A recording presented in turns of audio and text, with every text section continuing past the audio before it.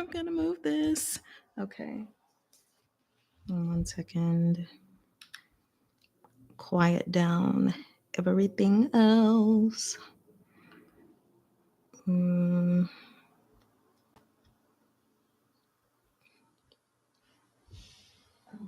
This is the charger. Hello.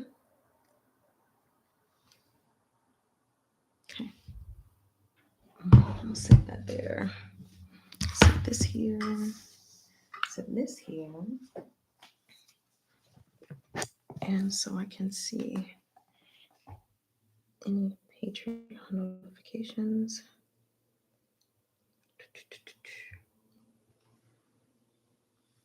Okay. What am I doing? There we go. All right. Checking for the sound like I always do. Oh, I won't be able to do it that way. 1 second. Okay. Saying things to test the sound. Okay. Saying things to test the sound. That's very good sound. Okay. Then I shall leave that there. Cool. All right. And now, I need to move some things. Okay. It is 10:01. Oh, there we are.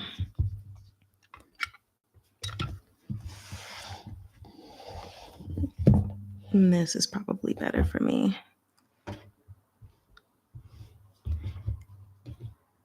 Okay, there we are. Hi, Cookielicious. How are you? Oh my God. Okay, there we are. Hair's always getting in my way. How are you doing today? Trying to show my husband's mess in the background. Oh gosh. You said you're doing good. I'm doing good as well. It's been a very mostly relaxing week, so I can't complain at all. Although it's kind of like, man, I think not having a week of school has been awful because now I'm so relaxed that I don't want to go back. I don't want to start my last term this Monday. You said you are obsessing over Kill to Love. So I actually watched a trailer of that and it looked very interesting. So I don't know when I'll start watching it, but I definitely intend on doing so. Um, I really need to finish Legend of Zonghai, but I've just been so slow to watch it. Anyway, I'll get there eventually. I was trying to show my pins, but my camera's all the way up. Okay, there you go. Do my pins. Okay. You said it's so good. That's good to know. That's very, very good to know. I see some other people have tuned in. Hello, hello. You guys already know we're waiting approximately 5 minutes before we get started on anything. Yes, Hualian. I was like, I've had these pins for at least a year and a half, maybe 2 years. And I've never worn them. And so today I was like, "Ugh, let me make sure I put them on so that people could see them." I guess I technically should have like moved them over some more. That's okay. It doesn't matter. Anyway, yes, Hualien, my OG obsession, my OG Danmei obsession, even though they aren't my obsession anymore because I've matured. I've moved on to bigger and better things. Let me make sure I have my notes and everything ready. Okay, yes, I do. So, anyway, yeah, I this week, since I haven't read any more YUWU, I've been reading SVSSS for my Patreon, and it's just wow. Like I feel like every time I read it, I learn something new or like discover something new or have a new thought. And it's quite interesting. I'm really excited to get through that series again and then do again, that's only for Patreon, but when I do a live session on like why I love SVSSS, I think that's going to be pretty good. At least I'm thinking about doing it live.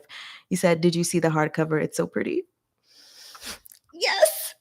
I saw it. It's so cute. And I kid you not, I literally was just yesterday in my ARHA group chat and someone put the picture in there. And I was like, unfortunately, I can't get it right now. And so then I go onto Books a Million just to look at it, and it's 20% off. And so then I was like, oh, yes, I'm just going to go ahead and get it. I don't care because I need it, and it's 20% off. So then I remember, oh, yeah, they're not coming out to February, and my husband and I are moving. So it would be delivered to the wrong address. I was like, oh, I have to wait until we move like mid October because they also don't they at least last time I asked if a change could be made to my order, they were like, once your order is fully processed, absolutely no changes could be made. So I couldn't even message them to change the address. And I was like, y'all suck. Y'all really suck. So I have to wait. And I'm hoping that between now and when we, I guess, lease a new apartment, that it won't already be like sold out or something like that because I really want it. It's one of my top fives. And I do wish it wasn't limited, but I guess there's nothing I can do about that. So, anyway, we are going to go ahead and get started. Although I'm kind of like now I do want to move these so they could be more visible. Hold on. And we're not getting started until Quali and are in the right spot. If I had some like YUWU pins, then I would have been wearing those instead, but I don't. Do they even have any that exist? Who knows? Okay, there we go. So wishing you a smooth and safe move. Thank you so much. Yeah. I'm excited to get out of this place. It's been giving me anxiety. I don't like it. Also, really quickly, I'm gonna take out my aligners and I'm gonna do that off camera. So because it'll just make talking much easier for me. So 1 second, I don't want y'all to see it. Hold on. Like, okay. Oh, God. Oh my gosh. That. Okay, we're all good. I meant to take them out before, but then I forgot. So we can go ahead and get started officially. Yes, and I've got my Patreon thingy notifications up so that I can see comments. So, anyway, I see there are other people here. I don't know who you are, if you can say hi or not. If not, that's fine. I'm still going to say hi. Welcome back to my channel, whether you are on YouTube or Patreon. It's so nice to have you all here. I can't believe we're already done with YUWU Volume 2, which I mean, I guess I kind of can since I had more time to read, but it just kind of came faster than I expected. So anyway, did anybody else cry while reading this volume? Because I did. I cried a lot. Was it chapter, hold on. I think it was chapter 54 or 55. Yeah, chapter 54 and 55. Your girl was crying a lot. But anyway, without further ado, let's go ahead and go over this live discussion. So this one, it's not going to necessarily be formatted the same way I did volume 1, just trying to figure out what feels most comfortable for me. Basically, this time around, we are going to kind of do like a recap of the entire book. And then I'll just talk through all of the notes that I've had and give my thoughts and opinions and stuff like that. We are still going to do the character names and meanings and interpretations of the newer characters that have been added, which it's only going to be 3 of them. And then we'll do like a little reflection or like questions that we have for the next book and the rest of the series. So that's how this one is going, and I'll see how I feel about that. Anyway, let's go ahead and get started. So, also, okay. So, with volume 2, we got 3 new, seemingly important character introductions, and that's going to be Jiang Yexue, Princess Mengzi, and Jiang Fuli. So, I don't know if you guys want me to do like a quick recap of the other characters and the meanings of their names. If so, maybe I'll do that at the end or so. But I'm just going to focus on these 3 new characters. So Jiang Yexue, we have Jiang, which is the first tone, and it means river, which I'm going to assume either that's like the old way to say river or maybe just another way, because another way to say river is he with the second tone going up. Really quickly, I'm typing in jiang yexue so y'all could see it. So anyway, we have jiang ye xue. So the ye is the fourth tone going down, and xue is the vocal fry. And jiang again means river, and ye is one way to say night, and xue is snow. So night snow is his first name, if you will. So with this name, I mean, we don't have a lot on any of these three characters, but I can only share with you what my thoughts are now. But for John Yeshua, just like this whole imagery of night snow and everything, it kind of invokes this sense of quiet strength. He's very calm and seems to be very patient, especially when it comes to things concerning Yue Chunqing, which is his half brother, which we know Yue Chunqing does not like Jiang Yexue whatsoever. And it's not even necessarily for any good reason, but more so that he grew up in a household that spit on Jiang Yexue's name. And so, of course, being raised in that kind of hostility towards someone, he's just carrying on those feelings. So there's that. But when I think about night and snow, I also think of coldness. So I think I've already mentioned it before that I'm suspicious of everybody, but I'm suspicious of Jiang Yexue just because of how tolerant he is, how patient and understanding he's been, and all of these circumstances that I'm kind of like, I don't know if I should trust you or if you're really a good person here. Let me change the light. Oh God, no. Yeah. If you're really a good person. And so I'm wondering still if there's this other side of the night and the snow, and he's like cold and he's playing part in some scheme or has some kind of revenge that he's going to get on the family, whatever. But then when we consider his surname, River, Jiang, I kind of think of it just like him going with the flow. Because that's pretty much what he does in all of his circumstances. He just is like, okay, well, I was here to get this oil, but yeah, sure, just give it to Yue Chunqing. That's fine. I can just come back later. He's very just like, okay, whatever happens, happens. You say R dollar sign restless. I like that. That's cool. OMG just joined in. Mari Chen, welcome. Hi. I don't think I've ever seen you here before, so it's very nice to see you. Um, we just got started, obviously, so you haven't really missed anything. Just going over Jiang Yexue, his name and the meaning and how I feel about it. But anyway, that's all I have to say on Jiang Yexue. There's really nothing else because we haven't gotten a whole lot of his character. Anything I say about him will be said later in my notes. But next we'll go to Princess Mengzi.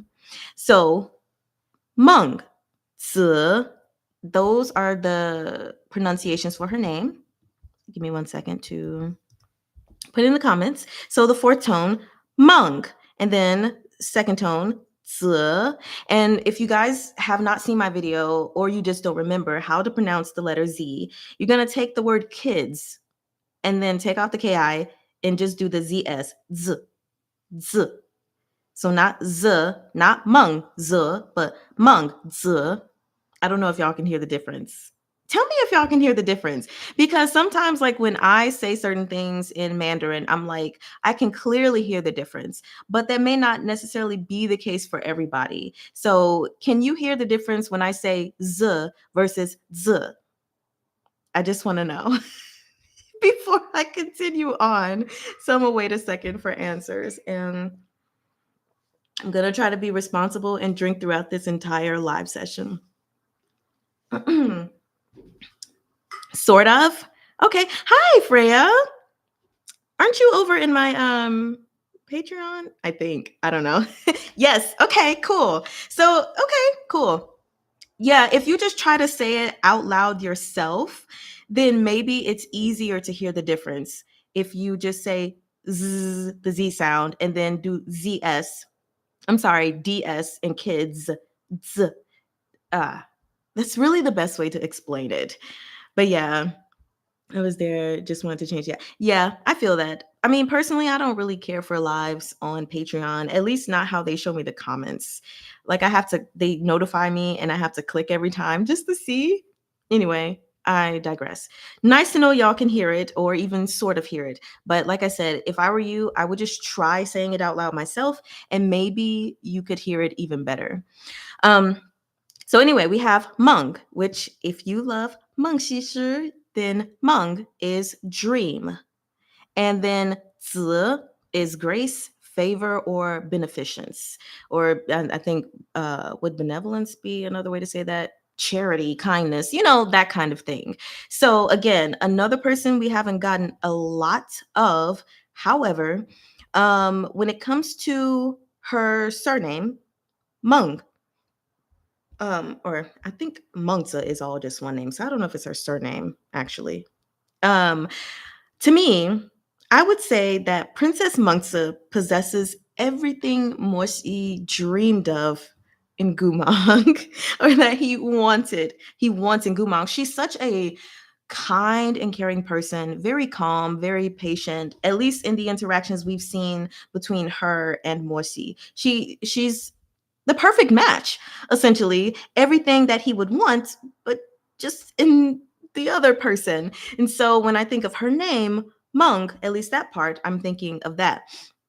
Then when we have Zi, which is, the grace and the favor and beneficence, I think it's pretty clear to understand, like, obviously, she's saved Morsi at a critical point in his life after he was stabbed by Gu Mang. She literally sacrificed years off of her own life to heal him, to save him from the brink of death. So it's just interesting that Tse, I would say she definitely completely fits that name. Not to mention, she would even go to battle with him. And if he ever got hurt or anything like that, she was there because she wanted to take care of him. And it wasn't even out of like, I'm doing this for you, so I expect something in return, or I'm doing this for you, so I expect you to wed me one day.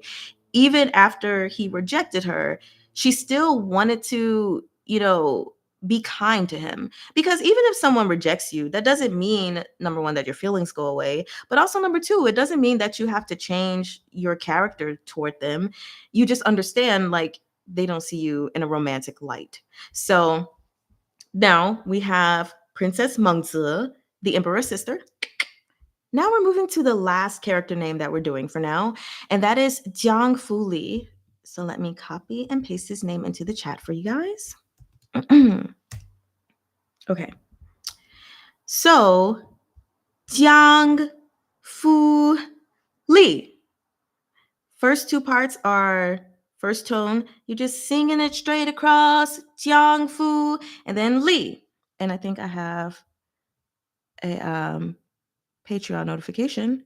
Hold on. Kylie says, just wanted to pop in and say hi and hope the stream discussion goes well. I am busy cleaning, house painting. Ooh. So I will probably only lurk and will re-listen to the live stream later. Hi, Kylie. It's nice to see you again. It's okay. You already told me that you were going to be busy. I remember. So it's just nice to even see you here in the first place. And you're always welcome to come back and share your comments on Patreon later. But yeah, so continuing, we have Jiang Fu Li, and let's go through his name. So the literal meaning of Jiang, which is his surname, it's ginger. So don't really have too much on that. I guess maybe I could think about ginger and the taste of it and how pungent it is. He seems to be a very straightforward, in your face kind of man. And he does actually, yeah, now that I think about it, why didn't I put this in my notes? Yeah, he's a straightforward kind of man, and he represents wrath from those three poisons in Chonghua. And so, yeah, Jiang makes perfect sense because I'm not trying to be funny. I like ginger when it's mixed in certain things, and it adds an extra oomph, but by itself, whew, oh my God. Okay. So I would say that's a fitting surname for him. And then we have Fu, which means to brush away or to sweep or to clear. And then Li is dark, black, or multitude. So I've already described how I feel about Jiang and what that means to me in terms of his character. When we get to Fu, to brush away or to sweep or clear, I think of it as, since he is considered a healer, that kind of plays a part in his role. I mean, his job, a job of any healer, is to clear away sickness and pain from people's bodies and minds and stuff like that. But then we also have, specifically when it comes to Chang Feng Juan's daughter, he's trying to clear out the heart madness that she has, and that is just a struggle in itself. We'll get to that a little bit later. But then specifically, when we talk about Gu Mang, he's prescribing this medicine to hopefully clear away or like keep at bay the dark, tragic, traumatic memories that Gu Mang could have, to kind of stabilize him so that he doesn't go crazy, even if he's only doing it for the money. That is kind of his role. And I'm not sure how well it's working, actually, because Gu Mang still has had some sad memories. But so I don't know if it's working to keep off some even darker memories, but he's still getting some, or if the medicine's just not working. Who knows? Or maybe it just keeps him stabilized even as he gets these memories. Nevertheless, the point is, I think he fits his name perfectly. He's trying to get rid of this, so far, heart madness in the girl. So brushing away the darkness, and even brushing out the darkness in Gu Mang. But he also disdains people, just in general. So when I think of the Fu in Fu Li, he brushes people off, just sweeps them away. Guy doesn't even care. So those are all the names of the people we have. We have Jiang Yexue, and then we have Princess Meng Zi, and Jiang Fu Li. Moving forward. Okay. So I don't know how many of you all that are here right now have actually finished reading volume 2. I hope you have, and you're not just joining the live. But even so, I'm just going to say, I mean, obviously, spoilers if you haven't, which I wouldn't know why you're here if you didn't, unless you just really want to be here. So hopefully I don't spoil anything for anyone who's here. But yeah, recap and discussion. Okay. So the first bit I'm going to talk about is actually going to be chapters 35 through 39. Yeah. So when we started this book, again, we were coming off of all of the issues that came from volume 1 with Li Qingqian, and wondering about him, and then Mu Rong Chu Yi literally being the last thing said in volume 1. Cookie Licious said I haven't even finished volume 1. But I don't mind spoilers. So you just really want to be here. Okay, that's fine. And then Freya says, I didn't have time to finish volume 2, but I love spoilers. Okay. Well, if you love spoilers or you don't mind spoilers, then hey, that's perfectly fine.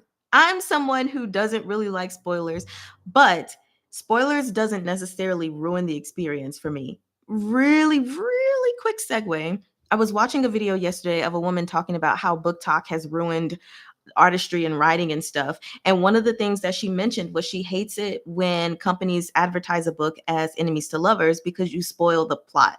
You spoil the story. And I was like, no. Like, I agreed with everything that she said, even though I don't even read books from Book Talk. But I was like, for me personally, I don't think advertising a book as enemies to lovers spoils the story.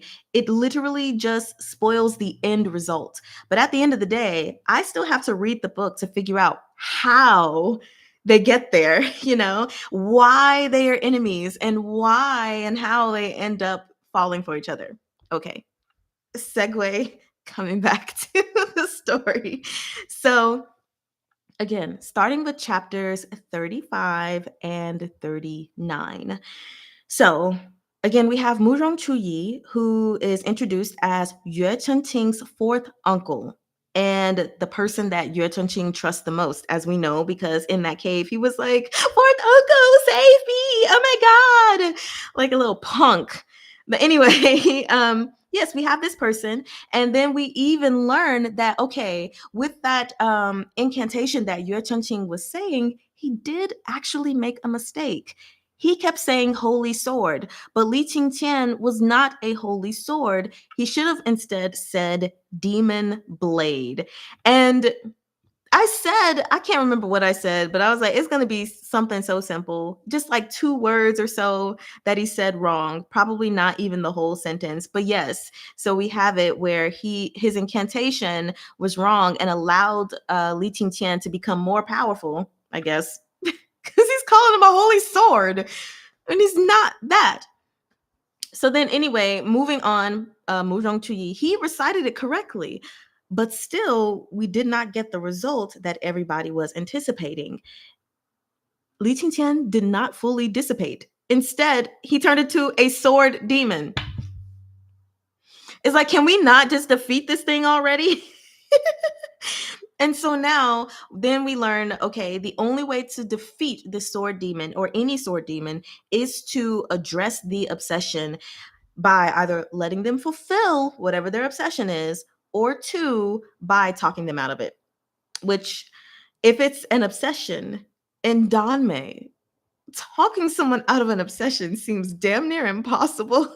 So I was just like, okay, how are we going to go about this? Anyway, going forward, with Muzhong Chuyi on the scene, we see how he treats Yue Chengqing, which is awfully. This man ignores him completely.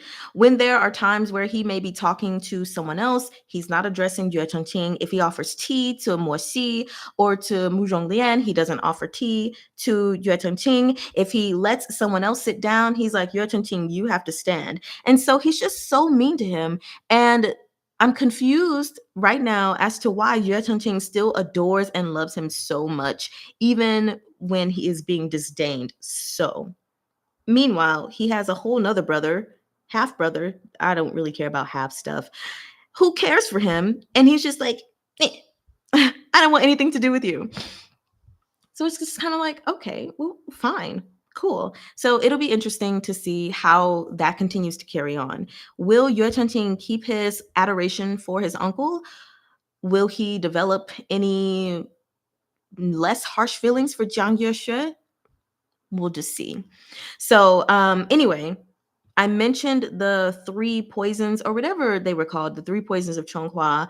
And speaking of Muzhong Chuyi, he is actually considered the ignorant immortal because he only focuses entirely on artificing, which kind of made me think of Chuaning anyway. And he's very indifferent to anyone's feelings. He doesn't care what anyone says, what anyone does. He just wants to do his own thing. And that's the end of that. So then, with Li Qingqian escaping, Mo Xi, Mu Zhonglian, Mu Zhongchuyi, and Yue Chengqing all rush back to Mu Zhongchuyi's place, his manor or whatever, so that they can go to the Dream Transfiguring Pool. Doesn't that sound like a really cool name? That's because it's actually, I think this is a pretty cool thing. So when you throw any spiritual item into this pool, it turns gold, and then it will show you the history behind the spiritual item, or rather, the person that owned this spiritual item. That's pretty dope. I'm not even gonna lie. That is pretty dope. And so they hop on into it. No, I'm kidding. They don't hop into the pool. They drink some liquid that gets them to fall asleep. And again, this is another moment when Mu Zhongchuyi doesn't give Yue Chengqing the drink, but he, does it for Mo Xi and Mu Zhonglian. And they all fall asleep to see the history of Li Qingqian. And remember, I had a question in volume 1 because Li Qingqian was like, no matter if it's righteous or unrighteous, life has never been kind to me. And I was like, well, what happened to this dude for him to say such a thing? You're about to find out, or you're about to recap it with me.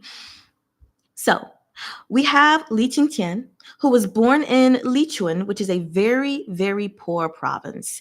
And at a young age, with a baby brother, he witnessed his father being killed and his mother being abused, is the word I'm going to use for the time being. And his mother was also a butterfly boned beauty feast. For anyone who has read Arha, you know exactly what that is. If you have not read Arha, I don't remember 100% what a butterfly beauty boned feast is, but they are a different race of people. They have exceptionally beautiful appearances that are just out of this world. And they're part human. I believe the butterfly boned beauty feast is like part demon. I could be wrong about that.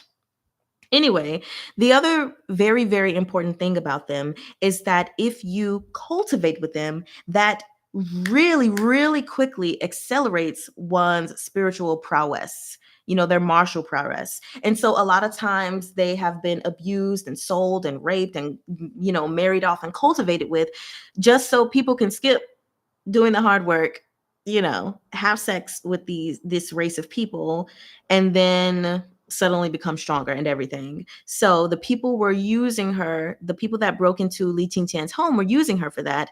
And of course, they found the little kiddos, Li Qingtian and his baby brother, and were like, okay, well, he's not of this race, so we're just gonna kill him. And then someone's like, just leave him. No, let's just kill him. Fortunately, they were saved by a green clothed man in a golden mask.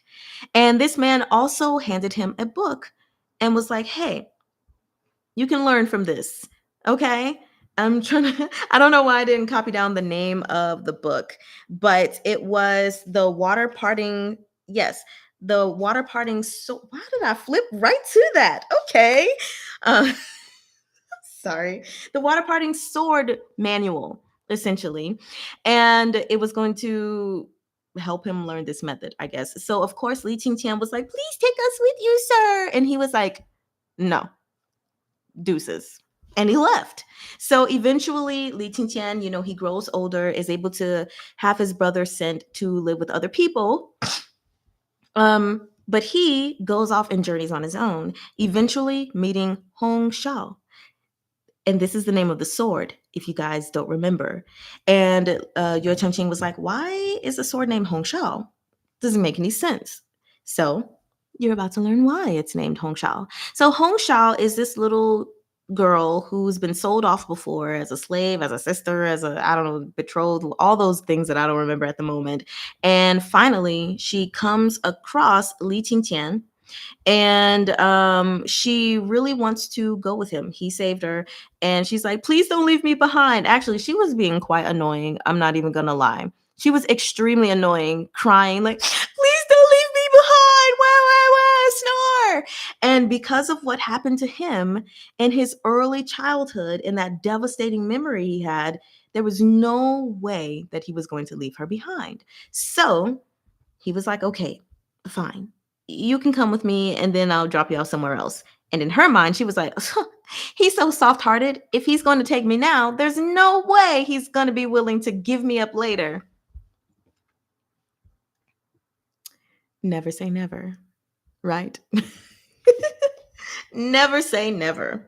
So, anyway, for 3 years, these two little lovebirds who refuse to admit that they're lovebirds because they're both naive, little innocent folks that don't know how to express their adoration for each other, they're traveling along, growing in their martial arts together. They're very poor, can barely afford anything.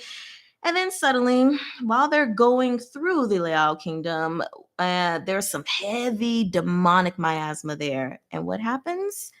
Hong Shao falls ill. Boo.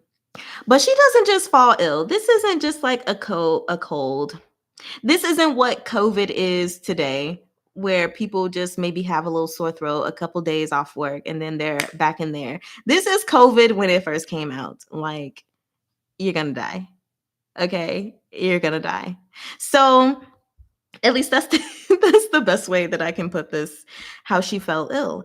And she was bedridden, not able to move. And so, of course, with that, Li Qingtian was doing all that he could to take care of her, to extend her life, basically. The end result was always going to be death because, number one, he didn't have the money for physicians to cure her.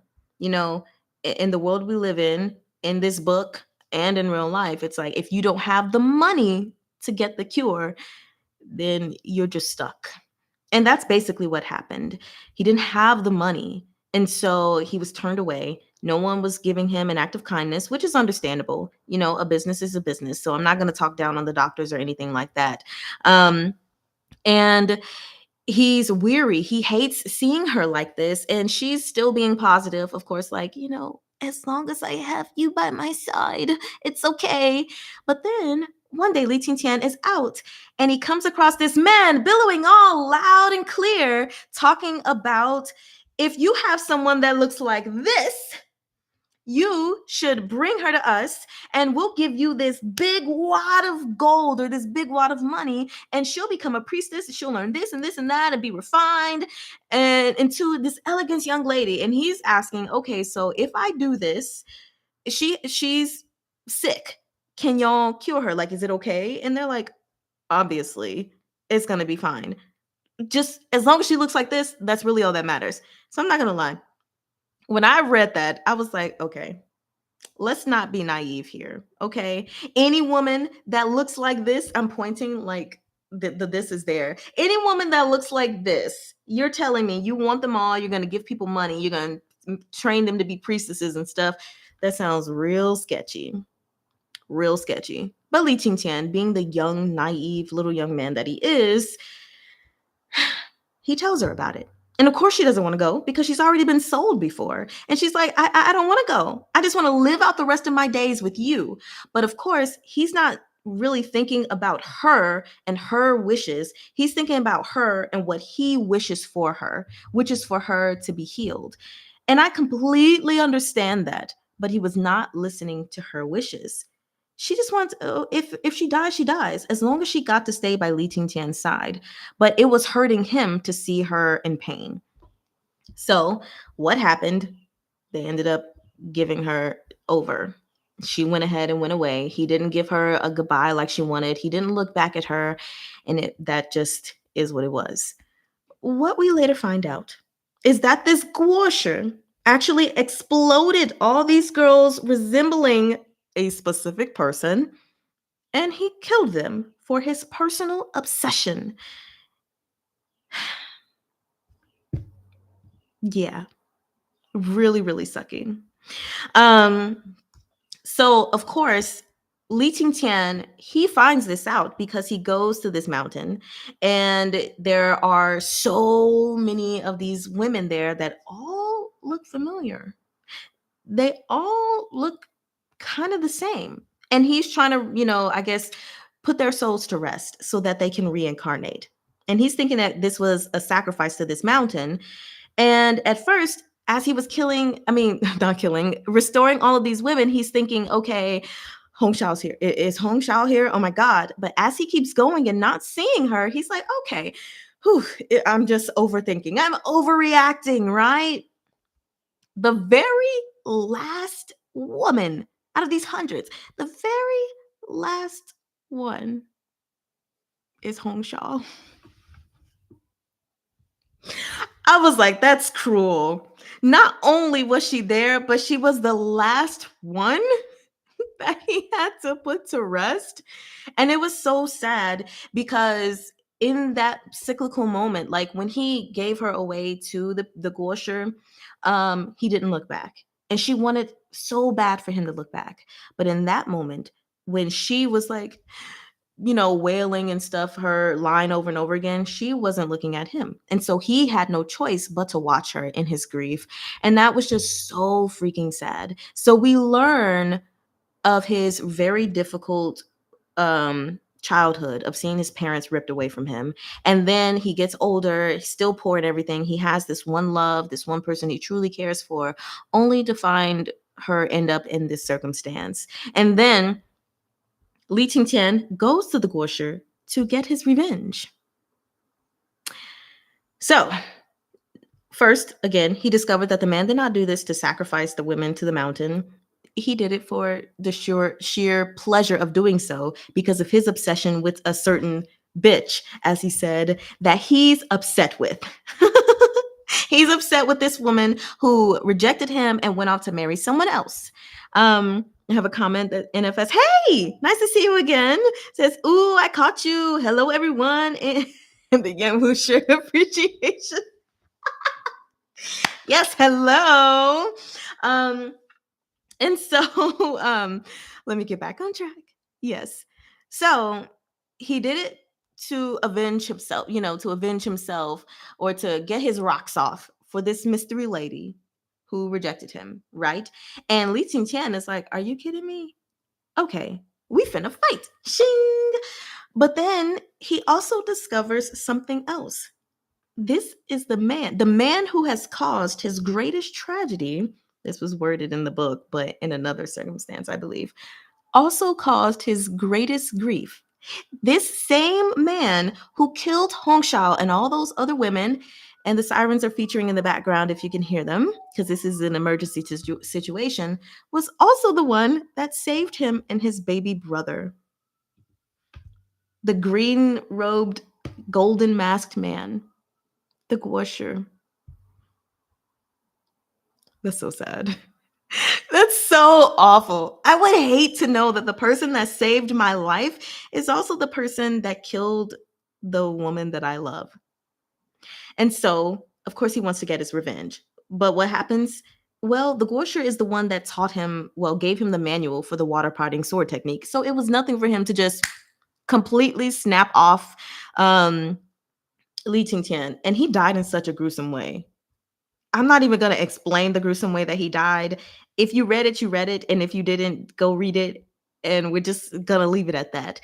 So then Li Qingqian was refined into a sword spirit. So that still leaves us with the question, because it was not answered, as to why the Guoshu refined him into a sword spirit. So anyway, now we're moving on to chapters 40 through 41, because I had them segmented in such a short thing, because this is the end of Li Qingqian's whole story thing. We find out who the woman is that he is looking for, and it is Su Yuzhou. This is the target of his revenge. And unfortunately, she is Jiang Fuli's wife, but he can't enter that residence. And so he causes this huge demonic fire to get her out there, or to just cause havoc until he can get his revenge on this woman. And so Moxi, the amazing, perfect man that he is, I'm sorry, no one's perfect, he comes out, this fire type cultivator, and uses Chuntian, his spiritual weapon, his other spiritual weapon, that is like this massive whale, to disperse the fire that goes across 100-mile freaking radius. Moxi, you can't be this powerful. Okay, that's just OP. You cannot be overpowered like this. I don't appreciate it, but at the same time, I do, because an 100-mile radius fire is not cool, and a regular fire compared to a demonic fire obviously is much worse. So with this fire happening and him putting it out, eventually Madame Jiang, this lady Su Yuzhou, steps out, and she confronts the sword demon. And what does she do? She's like, okay, she's covered, so we can't see her face, right? I mean, we really can't see her face, but I meant they couldn't see her face. And she's just like, okay, let me tell you a little something, and I'll show you my face, okay? Whatever she tells him, and whatever her face looks like, completely destroys Li Qingqian's obsession. And he's like, no, it can't be. It was all in vain. And she's like, yeah, it was all in vain. Your obsession with killing me was all in vain. And then he just scattered, only leaving the hilt. So what did she say? And what did he see? That's what I want to know, because she just went away like that. So anyway, that concludes the Li Qingqian mystery from volume 1 into volume 2. Okay, now we understand why he said whether he walked a righteous path or a hard path, the unrighteous path, life was just cruel to him. So after we get past that moment, we have Yue Chengqing, who takes notice of his family's talismans of indestructibility protecting the homes of these poor people. And he's like, we were out of those. And the poor people definitely couldn't afford them. What's going on? And there's obviously only one conclusion. His half brother, I'm only putting emphasis on it since it was put in the book, Jiang Yexue, was probably the one who gave them those talismans. And so in that moment, we have this first time where Yue Chengqing considers if his fourth uncle, Muzhong Chuyi, was actually wrong to refuse those people, and Jiang Yexue was actually right. Let me see. We have a comment. Freya says, I want to know too. Morsi isn't curious enough. So unfair. Yeah, he show was like, it's none of our business. We don't need to know. Which is crazy because he said this is probably going to come back around and it's probably going to be something bigger. But it is what it is right now. And I was like, no, let's solve it now. Let's solve the problem before it let's solve the molehill before it becomes a mountain, right? This isn't making a mountain out of a molehill. This is a mountain in the making. Whatever. I guess we'll figure it out when it comes back around because I really want to know more about this Guosher. I'm sure he is still very much alive. Very much alive. So anyway, we move forward. And whew, 1 second.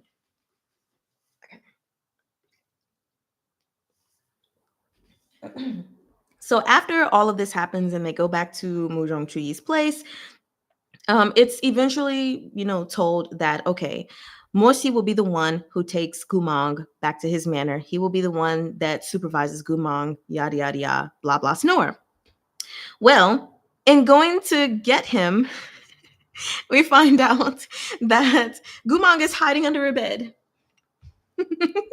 He's hiding under a bed when they return to go to Muzhong Chuyi's place to pick him up. And he's like, where is he? And the bamboo warrior's like, and so it's just hilarious because then, of course, the bamboo warrior goes under the bed to get him, and Gu Mang is like, nope, scattering, running away because he's like, I'm not going to let y'all catch me. And then eventually, he tries to fight Morsi. He's like, move out of my way. But he's at the doorway. I was like, this is too funny. This is too cute because he's just like a defiant little hussy right now. He's like, get out of my way. Yes, Gu Mang finally unfringed. Poor baby. Yes. And so it's crazy. I'm gonna talk about it a little later because I absolutely love it. But even though Gu Mang is still like, hey, get out of my way, it's just fun to see this new arc that he's gonna go into that we're gonna talk about because he has a bit more life and a bit more personality, even if he doesn't have his memories. So then we have the bamboo warrior, gets him all tied up with these ropes and everything and gagged so he could shut up. And when he's put into the carriage with Morsi is reminded of their sexual past. And so the man scolds himself for thinking about this and it's like, why the hell am I attracted to this traitor? But I mean, okay, cool. You're seeing Gu Mang tied up like this and you're like, getting all hard and hot and heavy and horny. Okay, calm down, Morsi. Calm down. So that was interesting. Now we're moving into my favorite arc, if you will, of this whole volume, and that is the adorable wolf Gu Mang phase. So we have Gu Mang being introduced to the Shihe Manor, and he's like a nervous little kitten when he arrives there, and he displays his animalistic instincts, which of course the normal Gu Mang does not have animalistic instincts, but he has a wolf mind right now, so he does. NFS says it's the not work. Oh yeah, that's what it was. It was the not work. That's all it was. Not Gu Mang. There was a not work. No. Anyway, so he is like embracing his animalistic side, which I just think is so cute because number one, it's not like the Luame Pavilion where he was confined into one room and then eventually confined to the shed in the back, whereas he was free to roam all of the Shiha Manor. He was not restricted at all. And this was actually the servant Li Wei's idea because Morshi was like, if someone is hiding something, what would be the best way to get them to slip up to so I can see that they're hiding? And Li Wei is like, why don't you just ask directly? You're obviously still suspicious that Gu Mang does have his memories. Just say that. Okay. But anyway, he tells him, let him get comfortable. Because when people are comfortable, it's easier for them to slip up. And I was like, you know what, Li Wei? You're right. That is a great idea. And so Freya says, like I said in Patreon, Morsi sure has some obsession about seeing Gu Mang cry. Absolutely. Yes. And so Gu Mang is allowed to roam free. And we have it in these in chapter 42. Hold on. Okay. In chapter 42, which I highlighted even because I thought this chapter was so funny. It's Catch Me If You Can. That's when we have Gu Mang hiding away in little places, in little nooks and crannies that he feels is safe for him. And one of those just happens to be inside the granary, the rice granary. Sorry, I'm trying to flip to the picture so you all can see. Yes. So Li Wei told him that he was hiding in the granary, but of course, Morsi got to experience this for himself of catching Gu Mang hiding in a granary, like, oh, you can't see me, no. And then even when he like tries to sneak out like he's a little cat or something, but of course he's this big ass grown man, not sneaky at all. And then he goes back and hides in, but like keeps the lid down so Morsi can't pick it up. It's hilarious, and this these chapters just made me laugh so freaking much. You're going to hear me laugh a lot if you haven't listened to the recordings, but I laugh a whole lot. But again, these are the chapters where Gu Mang is just being himself, his wolf self. Because even when he's like sneaking to go take all the food, the sausages are all around him, and he's got the basket and the ears of corn and everything. And then we see like the corn falls, and so he's like, "Oh, I gotta pick that up." And then the corn falls, and he's like, "Oh, gotta pick it up." And it's just like his brain isn't comprehending. Like, why does the corn keep falling every time I pick it up? And then even Moshi is watching this, and he's like, what the hell? Like, just use the basket, you idiot. And then Gu Mang throws some corn at him. I mean, he misses. But it's just funny because clearly Gu Mang feels a lot more free, a lot more able to be himself in these chapters. Because before, like, would he dare? But even from, like I said, even from when they were picking him up from Murong Tree's place, he was trying to kick him and fight him and everything. So he's just like embracing his wolf nature, and I love it so freaking much. And so then we have, when it comes time to eat, Gu Mang sits in this actually no, he sits in Moshi's chair, and then Moshi is like, get out of my chair. Obviously, eventually he gets up or whatever, but at some point Gu Mang is like, I'm hungry. And so I have flashbacks because I think about the first book when he said, I'm hungry, and how all of that went. So anyway, he eventually sits at the other chair, the only other chair there. And all of these servants have speculated that this second chair was for Princess Mengzi, or that he just did it, Moshi just did it for symmetry purposes. Obviously, that seat is there for Gu Mang. Who else would it be there for? Not that they need to know that. But so Gu Mang sits in this seat, and there are no complaints about anything. NFS says, bro needs therapy more than Wolf Boy. Yes. He needs some serious therapy. So, yes. So Gu Mang has a huge appetite. A very huge appetite. Like wolf appetite. Yes, I did believe that the symmetry reasoning was very legit. I think I said that in a thing. I was like, if anything, that would be like the perfect reason because Moshi is a very meticulous person. So that makes 100% sense. But we know it's for Kumang. Yeah, we do. So Gumang says that he's hungry. And Morsi is like, okay, if you want to stay here and you want to eat and everything, you need to earn your keep. And this is where I got a little sad because what does Gumang do? He offers himself to get beaten. He's like, if you beat me, I won't die. And then his next option is like, okay, well, if you don't want to do that, then you can curse at me. You can talk down to me. And it was just like, wow, he's been so sorely mistreated that he's willing to accept this kind of payment for food or requirement for food. And that was so hurtful. Freya says, I feel so sad for Gumang because he was starved. So, of course, he feels the need to eat and store food as much as he can. Yes, he was starved before coming to the Shiha Manor. So, of course, after seeing food, he was like, oh, let me grab as much as I can, and let me hide it in the wine cellar and all of this and that. And so, but it's nice to know that like Moshi didn't lash out at him when he took all that food. He just looked at him like he was stupid. But let him take it. So again, going back, we have him offering different forms of humiliation to earn his keep. Meanwhile, Moshi is like, this is not Lord May Pavilion. We're not doing that here.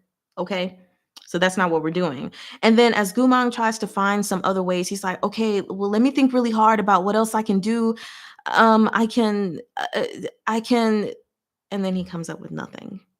And so he's feeling like, oh my God, I'm gonna be sent back to the Lower May Pavilion because I don't know how to do shit, But that's not what ends up happening. He's given chores. The servants teach him how to do a whole bunch of things, and he over time learns. He does many things horribly, but he learns. So anyway, going to the next thing, we have Morsi testing Gumang's memory, which if I have to say anything about book 2, I would just thematically say this is about fragmented memory and hope and inflicted self-torture. So when Gumang finally gets to eat, we have Mosi who had requested something particular about tonight's dinner or that night's dinner. There was green onion in everything. And we find out that as Gumang is eating, he doesn't like these green onions. He thinks they're awful. And he's like, I don't like this trash. What is this? He obviously doesn't remember though. So check mark on passing that test. Then we have the roast goose. And Morsi is just talking to him about the friend that made the roast goose for him and everything. And clearly, Gumang likes this. And as he's talking, he scoots over the sauce without saying anything, and Gumang doesn't touch it. So technically, passes the test number 2. And I would even say with Morsi talking about the history, with Gumang not really reacting to any of it as any form of recognition, pass the test 3. But here's the problem. Morsi is disappointed. He's disappointed that Gumang does not have any memory of this at all. And it hurts because it's leaving him without a target to throw all of his emotional problems on. It's like this is an empty shell, so I can't really spew how I feel to him, whether it's hatred or longing or love or anything, because he don't know what it is, which is sad for Moshi. It's very sad. And as we continue to go on to the story, he continues testing Gumang. I'm like, are you a masochist, my guy? Because you keep testing. And it's like you keep having this hope that he'll remember. And the only one who keeps getting hurt by it is you. Anyway, then we move forward to Morsi being called in to the emperor because the emperor is sick. Okay, he's ill with some kind of disease that freezes him to death, and he calls Morsi his stove because he's a fire type and he can remove the cold from his body. I saw a comment really quick. Innovis, he needs resolution on a whole bunch of feelings. Yeah, frustrated bundle of yeah, and that's one of the things I talked about in the videos is him being so repressed that he doesn't really have anywhere to release these emotions. He's just holding everything inside because the only one he wants to give it to is Gu Mang, but he doesn't have like that healthy form of letting those emotions out, good, bad, or in the middle. Um, and so that really sucks. And even at some point, Gu Mang realizes that he's repressed. But let's continue. So we learn that the emperor is ill. And while Morsi is extracting the cold from his body, the emperor is basically testing him, you know, because he's like, we know you still have your comrade feelings for Gu Mang. Um, if someone were to revolt, would you defend me to the very end? You know, just testing and stuff. He's like, come on, emperor, we know what you're saying. Okay. And so, he reminds Morsi, like, hey, remember, Gu Mang is a traitor. So when I don't have use for him anymore, he's going to be executed. And you need to remember that. All right. And then, of course, Morsi, the masochist, requests to execute Gu Mang himself and says that if he's incapable of doing so, then he will let the emperor take over. And of course, the emperor denies him. And the emperor also gets mad at him for not like asking again because the emperor is bored out of his mind, clearly, because he likes chaos. And he's like, man, I wanted you to ask me again so that I could deny you again. And then you beg me again. And then I fly into a rage, which he said this like on two separate occasions. It's clear this man likes chaos, which is one of the reasons I don't trust him, because I'm like, okay, for you to like chaos this much, then you clearly have sown chaos somewhere. And I'm sure that chaos has something to do with Gu Mang, and there's a bigger picture, and the emperor is a part of it. We'll see as we keep reading. So anyway, then the next thing we move on to really quickly, let me read this note. It says the emperor is a cat on a counter. Can't dissuade me on it. Yes, this is the emperor.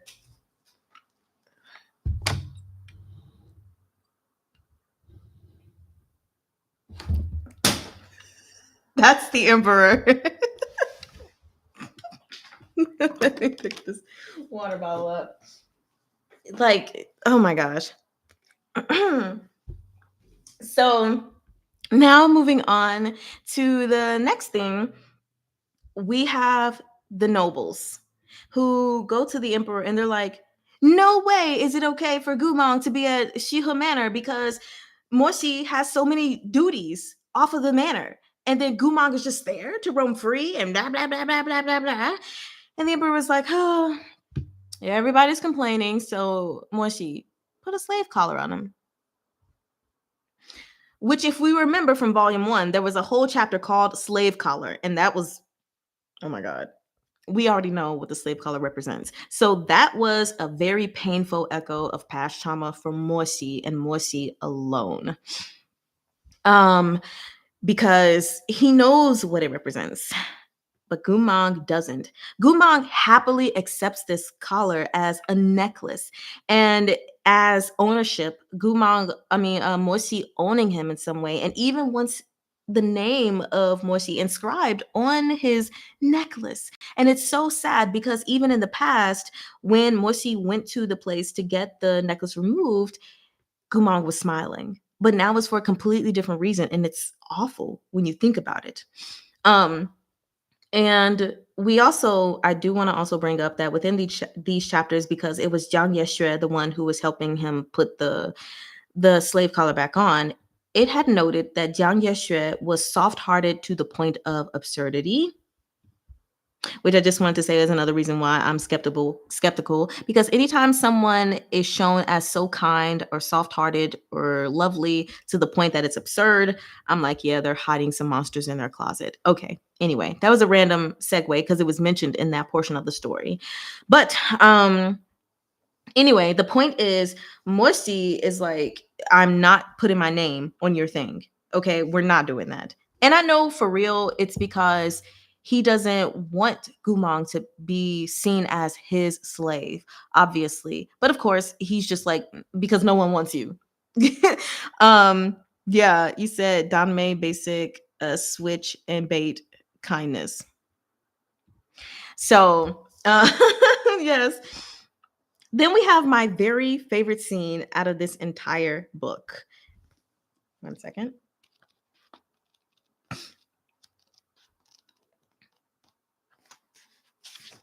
Very favorite. Um, this is when Moshi comes home and finds his own room in disarray. You say you need more coffee. He finds his room in disarray. And why is that? Because, as Liwei put it, Gu Mang is a genius. He's made a den, which means he finally feels fully comfortable in Shihe Manor, which I have to say is actually a lovely thing, if you ask me, because at this rate, he's basically a pet. Okay, he's a pet wolf, and him building a den shows that he's comfortable enough with Moshi and all of the other servants there. And so, my favorite scene takes place on page 139. I mean, 138 leading into 139. I'm not going to read the whole thing, but I will read a little bit just because it's so funny. So it says, Li Wei was still spouting this eloquent stream of flattery when a rustling came from behind. The two turned just in time to catch Gu Mang hauling over a pile of bedding that he'd filched from who knows where. A scraggly black dog followed at his heels. It looked to be the same one that had been inseparable from him at Luome Pavilion. At some point, the dog must have snuck out and gone on a quest to return to Gu Mang's side. All of them, 3 humans and 1 dog, came abruptly face to face. Blanket thief Gu Mang froze in place.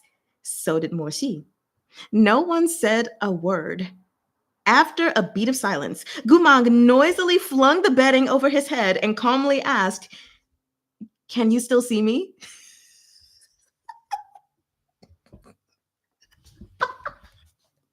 It took Morshi a moment to reply. What do you think? So Gu Mang fidgeted uneasily beneath the blankets. Then he turned on his heel and sprinted away, feet pattering against the ground. The black dog ran after him happily, barking at every step. Just as man and dog were about to turn the corner and vanish, Morshi shouted, both furious and flabbergasted, "Get back here!" He was ignored.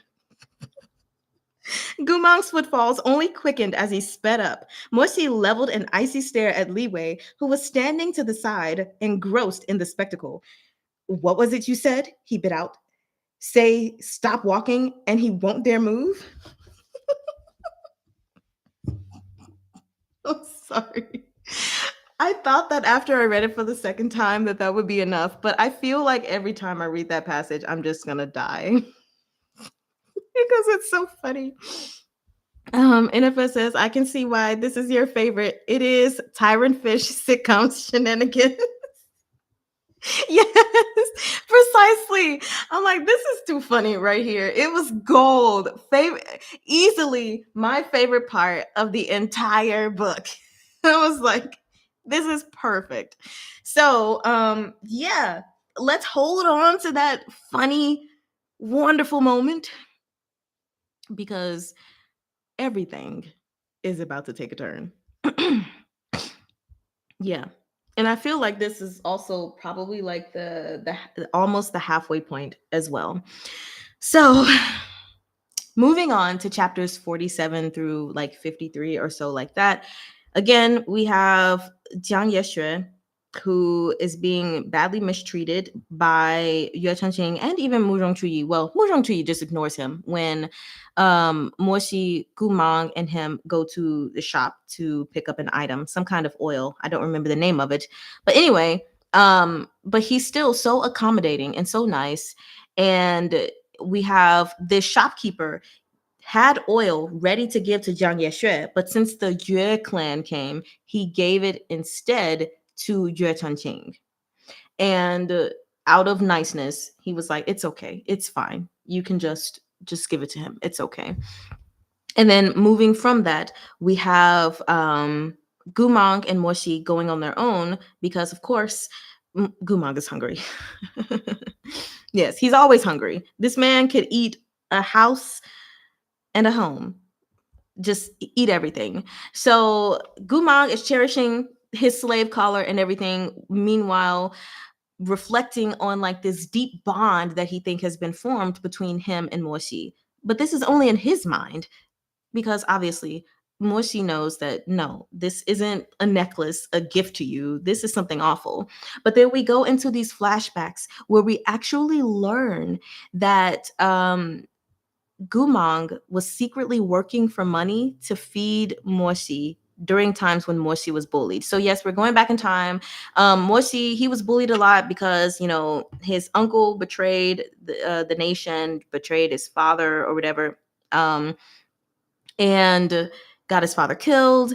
And then his mother went to the brother, married him, or some craziness like that.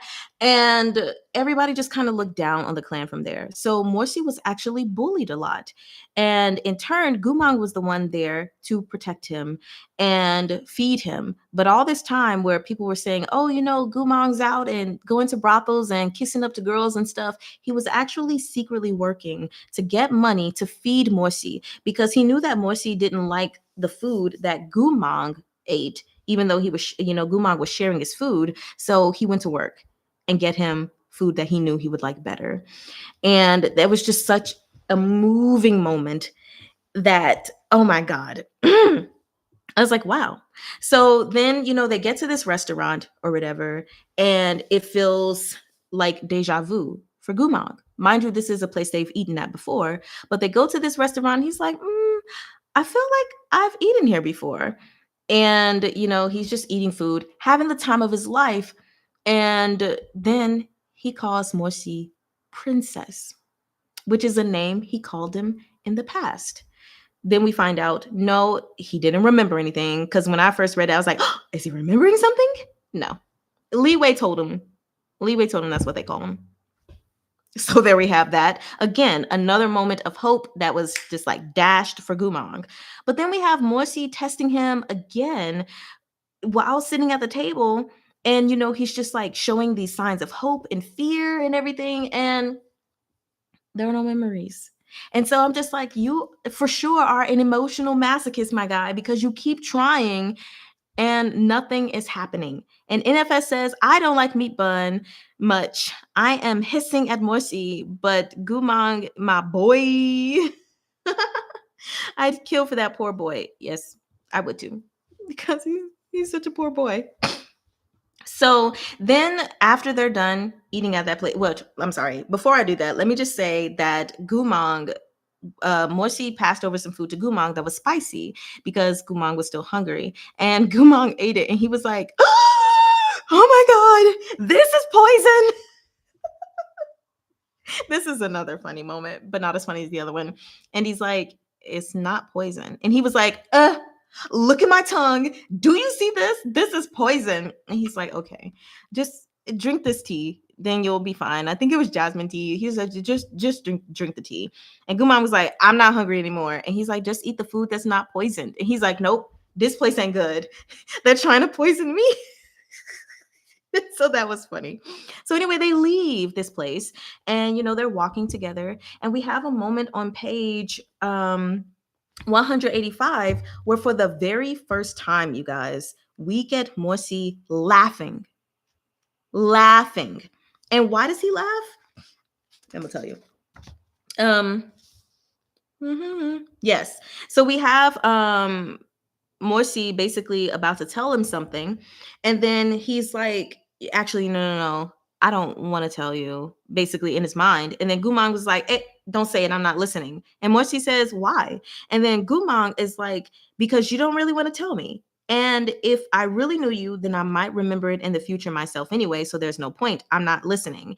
And then he kind of covers his ears. You know, think about a child like, la, la, la, I'm not listening. And then Morsi laughs. He laughs unbidden. He just laughs. Oh my gosh. I was like, finally, something other than brooding anger and distress. He laughed. And that was just such a nice moment between them. And I wish we could have more. But, it is what it is because we don't get more after that. In fact, what we get is Morsi telling Gu Mang that he hates him. And he's telling him how much he hates him, to the point he wants to rip off his flesh and stuff like that. And then Gu Mang is like, but it seems like it hurts you to hate me. So don't hate me. You'll feel better. And oh my gosh, that was such a sweet moment on Gu Mang's part, because it just again shows that even with his memories gone, he's still the same person underneath. Regardless, memories there or not, he's still the same person.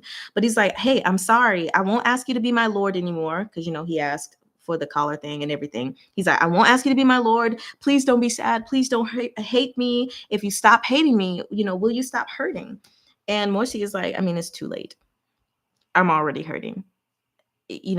So it's just everything turns from this point, like I said, you guys. So there's no more happy stuff, because even when we move, not I feel like every page is laced with pain, because even just a few pages later on page 192, we have I'm sorry, this is a cuter moment, I guess, from Gu Mang's train of thought, but it's still not good because Morsi is becoming more and more irritable every time he realizes that Gu Mang isn't remembering things. But it said that Gu Mang had come to think of Morsi as his companion. As his companion.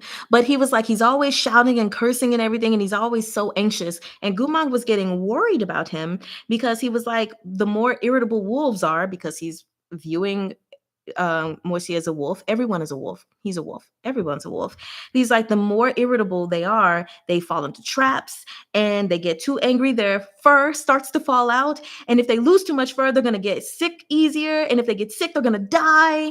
And so he's thinking about all of this. And he's like, he wants to comfort Morsi, but he doesn't really know how, because Morsi is so irritated by him. And, it's just really sad. Like that little paragraph was cute and it was funny, but overall it's still sad because it's like he knows that this person is upset and he wants to help, but he has no idea how to do so. And he is the cause of the upsetness. So then when we move forward a little bit from all of that, then we have, like I said earlier, from the names, we have Jiangfu Li coming into the picture. And his sole purpose really, honestly, is to, heal Chang Fenjun's daughter and hopefully help with Gu Mang's memories. So I'm not really going to talk too much about the things that happened with him, just because we kind of already did. But one of the things I will say is that, of course, when talking to Morsi, Zhang Fuli was like, hey, any things, any objects and stuff like that, or topics that, come from Gu Mang's past, you're going to need to keep those away, because you could trigger some memories, fragmented memories at that. And of course, he told him, like, these memories are going to come back fragmented anyway, just naturally. But this medicine I'm giving to you is to help keep at bay any of the worst ones, because we don't know how he'll respond when he gets those memories. But keep him away from anything that could potentially spark those memories, right? And again, like I said, we have Chang Fenjun's daughter, who Jiang Fuli is working with. This little girl who is experiencing some sort of illness with her spiritual core going wild, and she's being bullied and isolated because, well, she hurts people when it goes wild, and it's not intentional. And one thing that I can say I appreciated is I was wondering if this was Meatbun's like creative approach to mental disorders, because we're in another world. We're not in a regular human world. And so I was wondering if this was the creative approach to addressing mental disorders like, autism or ADHD and stuff like that, because I thought it was kind of interesting with, showing her engagement in social or psychological issues. So anyway, we move on, and we're almost to the end, you guys.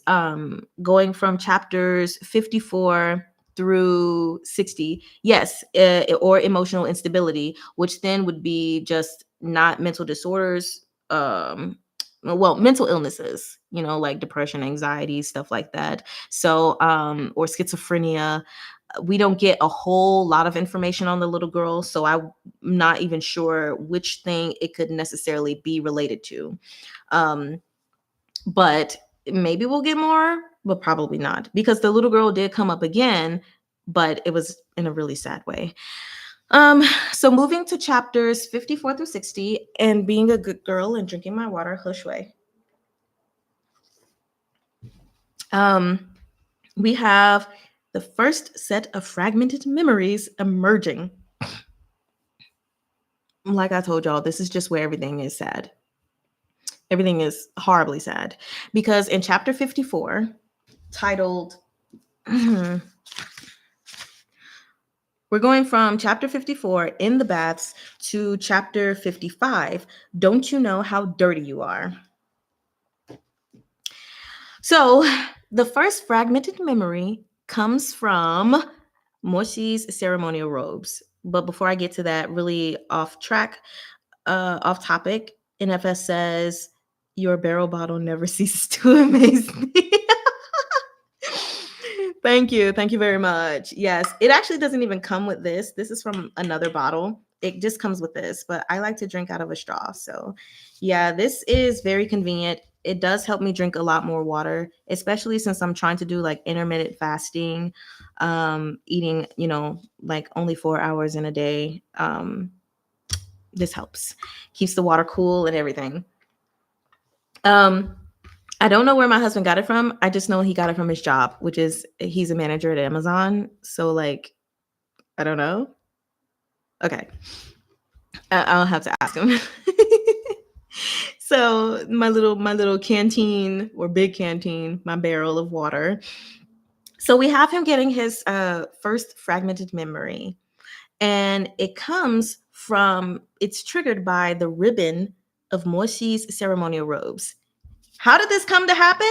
Let me tell you. So Li Wei told Gu Mang to go take a bath. And where does Gu Mang go take a bath? In Moshi's hot spring. Because where else would he take a bath? Right?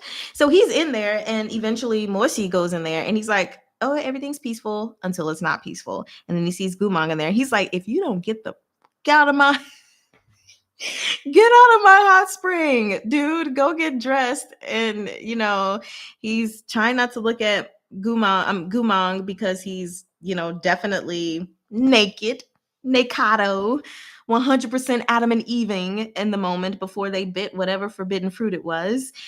And he doesn't find his own clothes, so he sees the ceremonial robes that Moshi has, that he's going to be wearing when they go off with the emperor, and he puts it on. And then he has this ribbon, and he's like, oh, what do I do with this? I put it around here. We're like, where do I put it? And then he has the memory. He has a memory specifically. Actually, you know what? I'm not going to share the memory.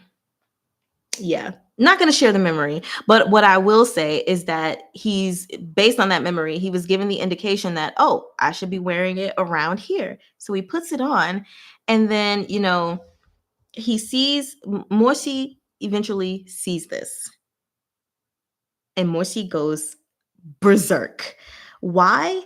Not even because of the ceremonial robes, but because of the ribbon on Gu Mang's head. It is the only thing his father left behind for him.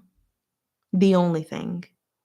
And so he spazzes, even to the point of pulling Gu Mang in the water, like, take this off. This is mine. This is my father's. You don't deserve to wear this. You are dirty. You are filthy. And of course, Gu Mang, he doesn't really understand his own emotions, but he feels like, but I feel like this should be mine. Like, I feel like I should have the honor of wearing this. And so he's defiant in this moment. And he's like, no, I won't take it off. And he's fighting against Moshi and everything. And, eventually he gets slapped. And, he's like, don't you know how dirty you are? And Gu Mang goes away, and he's so sad. And Li Wei finds him soaked and in the ceremonial robes. And he's like, dude, like, hey, take those off. What are you doing? What are you wearing? Oh my God, I'm glad we have a second pair, because what the heck? And Gu Mang is devastated. I kind of don't want to talk about this chapter. He doesn't fully understand why everything is the way that it is. But I think the part that really, really got to me was when I'm sorry, I'm trying to turn to it. Oops, sorry. When basically he was saying like no one understands and he feels like he's always doing something wrong. Like everything he tries, everything he does, it's just wrong, wrong, wrong, wrong, wrong. And this part hurt me so much because I know what that feels like, to always feel like you're doing something wrong no matter what. And like I even remember growing up or even as a freaking adult, like if I would just step into actually I have a specific memory from 2018 when my birth mother and her husband at the time, they were living in the same apartment complex.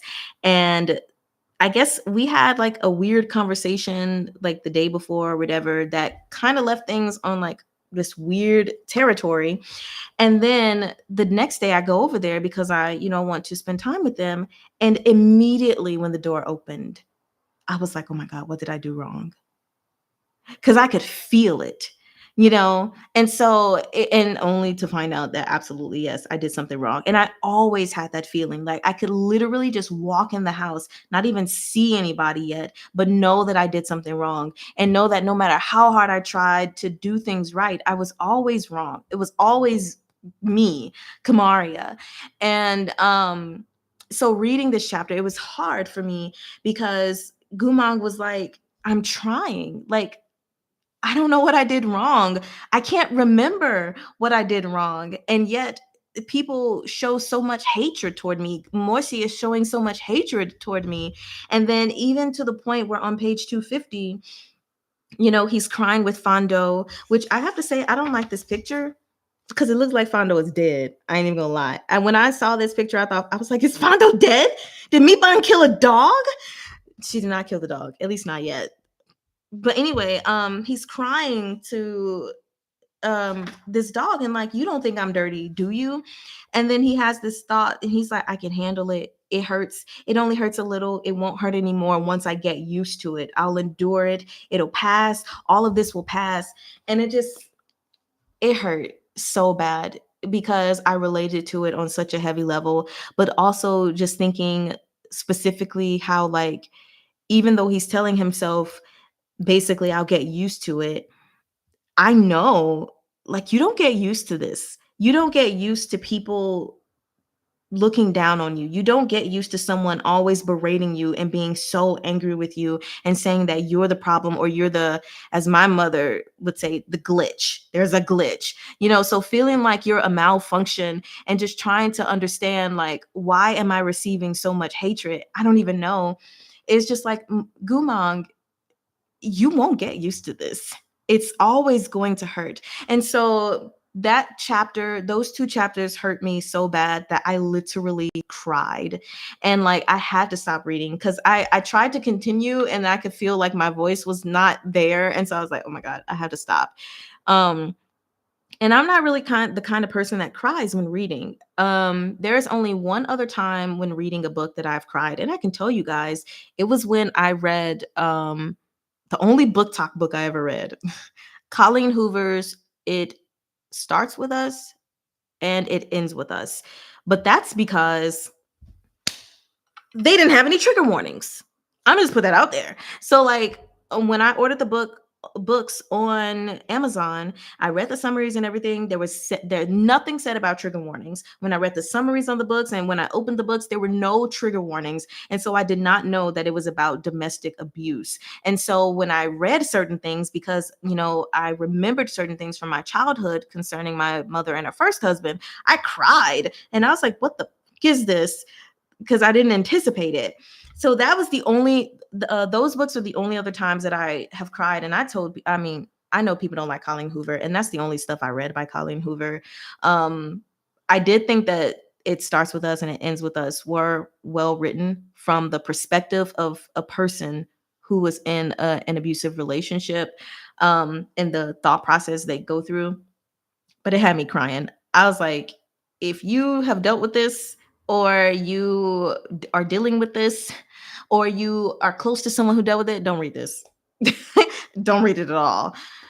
So I really wish they would have put the trigger warnings there. So that was the only other time I ever cried reading a book, until Meatbun decided to destroy my heart.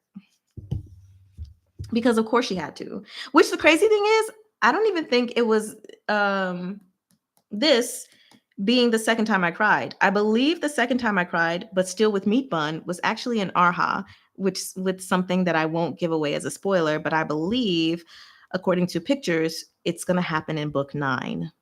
That made me cry. So then there's this. I'm like, Meatbun, do you not like me? Why do you want me to cry? Why? Like, I may go into hysterics, or I may stare blankly at the ceiling and wonder about life when I read, but crying, not really a thing, unless something hits home. And this hit home. Let me read the comments really quick. NFS, because there are several. NFS says, as a neurodivi, life was like minefield. So you reading that scene is triggering. Yeah, it was very, very triggering for me. And I was just like, fuck. And it happened a couple other instances too, where I almost cried and I was like, get yourself together and read this fucking series. So then Freya says, NFS, OMG, I was thinking the same thing.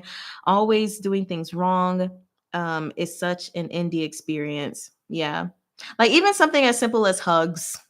I didn't hug the way that my mother wanted me to. I apparently hugged her like I didn't love her, or didn't want to hug her. And in all honesty, now that I'm an adult and I've gotten over so many things and I'm learning to walk in my own truth and everything, I realize I actually don't like physical touch. The only instances I love physical touch is with my spouse, and I love holding and hugging little kids. But when it comes to, hugging other people and stuff like that, I just don't like it, you know? And so I'm like, oh, now I understand. When I was younger, the reason I hugged you like I didn't want to was because I didn't want to. But as a child, I'm just like, no, mommy, I do. I love you. No, but she would get mad at me for it. Anyway, going on. Freya, also not understanding what or why you did something wrong. Absolutely. Yes. NFS. Okay, y'all are conversing amongst yourselves. I'm not going to read all of the comments. But yeah, that's a very sucky experience that Gu Mang has to have. So I don't like touch. And I didn't look people in the eye, which was interpreted as defiance. Yeah. You know what's crazy? I was taught to look people in the eye. And so, because I'm not autistic, at least I don't think so. But when they talk about autism, a lot of people think with that you like to avoid like eye contact and everything. But I have learned from my studies that there are two spectrums. Well, it's more than two, but two spectrums of autism when you look at it. Because it's like, on one hand, where you have the extremes of autistic people who maybe don't like to look people in the eye. I am the opposite. And I think it's just because of how I was groomed growing up. I will stare into your soul. But it's like, look at me. The only person I don't do that with is my husband. Both of us, sometimes we kind of just like look at each other, but like at the forehead, or like between the eyes, or like right above the person, or right beside the person. But yeah, so I said, I'm personally not autistic. I do know that well, I'm doing a lot better with it, but I definitely had like generalized anxiety, and just, in the neurodivergent world, but got a lot of weird quirks. Anyway, we're getting sidetracked. The point is, yes, when I'm talking to people, I'm going to stare into your soul and pull out everything that I see, because that's just what I'm going to do. Next, going back to what I was saying, and let me make sure. So yeah, chapters 54 and 55, if you haven't gotten there yet, just be prepared to be devastated, because it was devastating. It was a very emotionally traumatic thing for Gu Mang, but I don't want to pretend like Morsi did not have a right to have his pain, because Gu Mang was wearing his father's ribbon. And this is, if I'm not mistaken, the ribbon for the fallen soldiers of Chonghua. This is something that, because Gu Mang did turn traitor, he should not be wearing. And so I completely understood that hurt and that pain, and just his visceral reaction in that moment. I can't even be mad at him for, slapping Gu Mang, for telling him like you're dirty, because I mean, what else can he do, in a moment like that? But of course, with all of that happening and Gu Mang going off and wearing the robes and going to sleep in the robes and his wet sickness, he eventually did catch a cold. And Morsi actually held him. That's when they went off with the emperor to honor their fallen soldiers. Basically, Gu Mang was sick and he found him sleeping like on the dirt by the pond or river or something, and he held him, you know, and that's probably like the only tender moment we got for now. But moving forward, chapter 56, if I'm not mistaken, we have another memory surface. And chapter 56 was called, yeah, I'll hold you. But chapter 56 to 57 to 58, we have another memory that eventually surfaces. And that is Morsi's coming of age, which apparently was 20. I thought it was sooner than that. But okay. Meatbun loves to torture us. Yeah. It's like I feel bad for Gu Mang the most, but I definitely, like, I'm not just disregarding Morsi's feelings at all. It's just I feel especially bad for Gu Mang. But yeah, Morsi definitely has the right to his pain and everything that he has, you know. So the coming of age, Morsi loses his virginity. To whom, might we ask? Obviously, to Wolfgaga. I'm just gonna call him Wolfgaga. It's who he loses his virginity to. Do we get that full memory? No. Meatbun did not give us the luxury of having that full memory. And if we do get that full memory in the future, you Patreoners will get it. Oh man. Which, by the way, someone else said that I read the smut well. So that was nice to know. It still feels really weird. Okay. Now, going to the next thing. So in this memory, we have Gu Mang buying erotica for Morsi's birthday. And he's like, look. And of course, Morsi's like, oh my God, get this filth away from me. And he runs out and everything. And Gu Mang just thinks it's the most hilarious thing in the world. And so he's in the room by himself then, flipping through the erotica, like, ooh, this is good. This is good. What is he talking about? Any man would love this. And oh, what do we have here? Just pretend like it's here, you guys. Pretend like the image is here. It's erotica that is not like the other pictures he saw. It's a man screwing a woman, but then there's a man behind the man screwing the woman that's screwing the man. And and Gu Mang is like, oh, oh, oh. Gu Mang is like, wow. I wish I had my other book here because it would be the perfect one to flip through with the pictures. But anyway, he realized, because at first he was like, there must be something wrong with Morsi if he doesn't like this. And he's like, well, there must be something wrong with me. Why? Because he liked the image. Not only that, but he came to realize in this past, in this memory, that even when he was looking at the pictures of the men and women together, he wasn't really looking at the women and their beauty and their, faces of pleasure and bliss. He was looking at the men. So he was like, hold up. Morsi, when he came back, come look at this thing with me. I want to show you this. I want to show you this. And so finally, Morsi is like, fine, I'll flip through the pictures with you. And so they're, going through them. And then as they get closer to that photo, he's like, oh, now I'm nervous because it's the next page. And he's like, never mind. Actually, I'm drunk. You're right. So maybe I should go to sleep. And Morsi's like, nope, too late. Show me. And so he sees it. and all goes down from there. Like I said, we didn't get the whole thing, but yeah. So that was quite interesting. But anyway, before I did skip a little portion. Before that memory came, when everyone went with the emperor to honor the fallen soldiers, Gumang actually had another memory because he was seeing all these people, honor the soldiers, and then he had the memory of him fighting beside but failing to provide proper burials for his soldiers.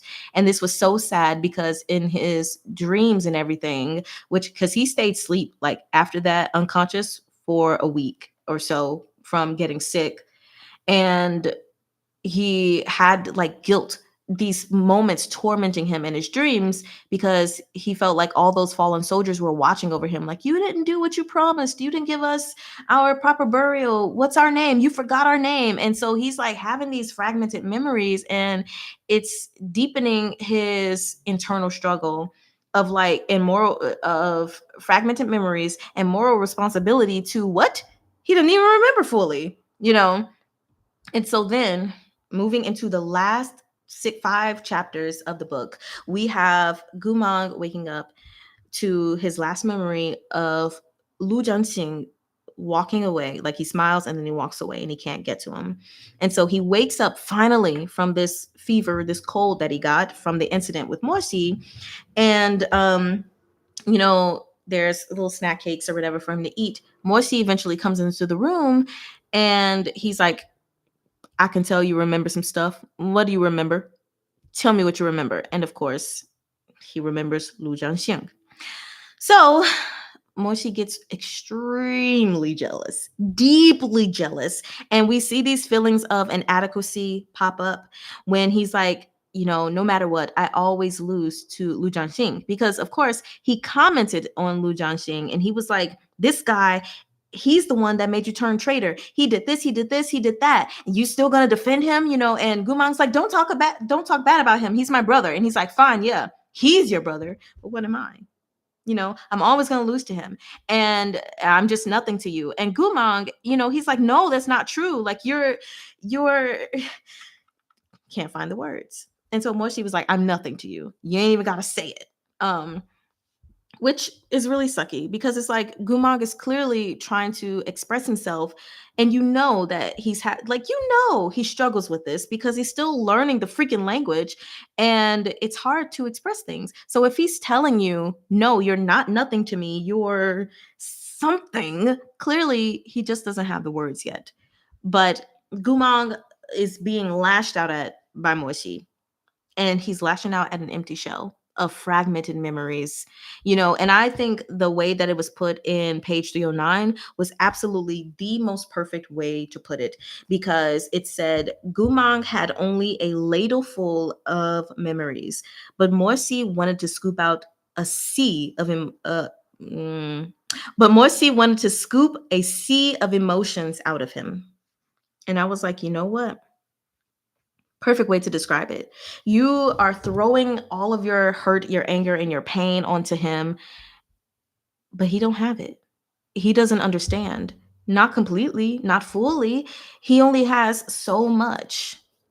And you're just dumping everything on him. NFS says, I remember liking how expressing yourself when your language is lacking is done in the book. It is so accurate. Yeah. Yeah, you kind of just feel like is that how you feel? Also, I'm so hungry. My stomach just growled. Okay, that means I'll drink some more water. Just a sip though.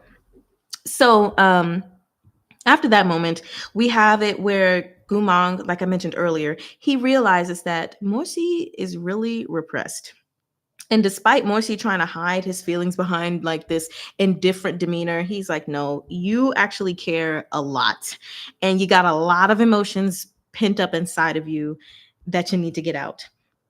And we have the revelation of Gu Mang's slave serial number, which is 790, just so you all know. But then eventually we have the New Year's banquet that's coming up. And of course, because the emperor said so, Gu Mang is coming along with Morsi. So here we have it, this revelation first of Princess Mangsa. She finally comes. I'm like, I taught you guys how to say her name, and yet we've haven't really said anything about her. It's because she was basically revealed at the end. So Princess Mangsa is finally on the scene, but she's outside, admiring the beauty of nature outside or whatever. And Morsi goes to see her. And in this interaction, Gu Mang comes, of course, and he sees like a leaf or something fall into her hair, and he's trying to pull it out. And her maid just like spazzes out on him. She's like, "You dirty little filthy blip, blip, blip, blip, blip." And Princess Monks is like, "Hold on, calm down." Of course, she moved away from Gu Mang. So just from like this interaction and a future one, we see that Princess Mangsa definitely does not like, obviously, Gu Mang, but she's a very respectable person. So one of the things that I mentioned that I really like about Princess Mangsa is we get this understanding that she has clearly, expressed that she likes Moshi, but Moshi rejected her and she stepped back. Because, a lot of times what we see in C dramas, I don't know about the other dramas, but for sure in C dramas, when the guy rejects the girl, she's like, "What? Am I not pretty enough? Do I not have enough money? Or do I not have enough this or enough that? What? Why don't you like me? Why won't you be with me? What do I need to change?" And it's just like, can no just be no? Like, why does it have to be that he likes someone else that he's saying no to you? Can it just be like he does not like you? Why does it have to be that you're not beautiful enough? Why can't it be that he's just not attracted to you or he does not like you in that way? But Princess Mangsa is not like that. She's just like, "Okay, I'm not the one for you. That's fine. I can deal with that." And of course, like I said, she saved his life. So right now, I'm cool with Princess Mangsa.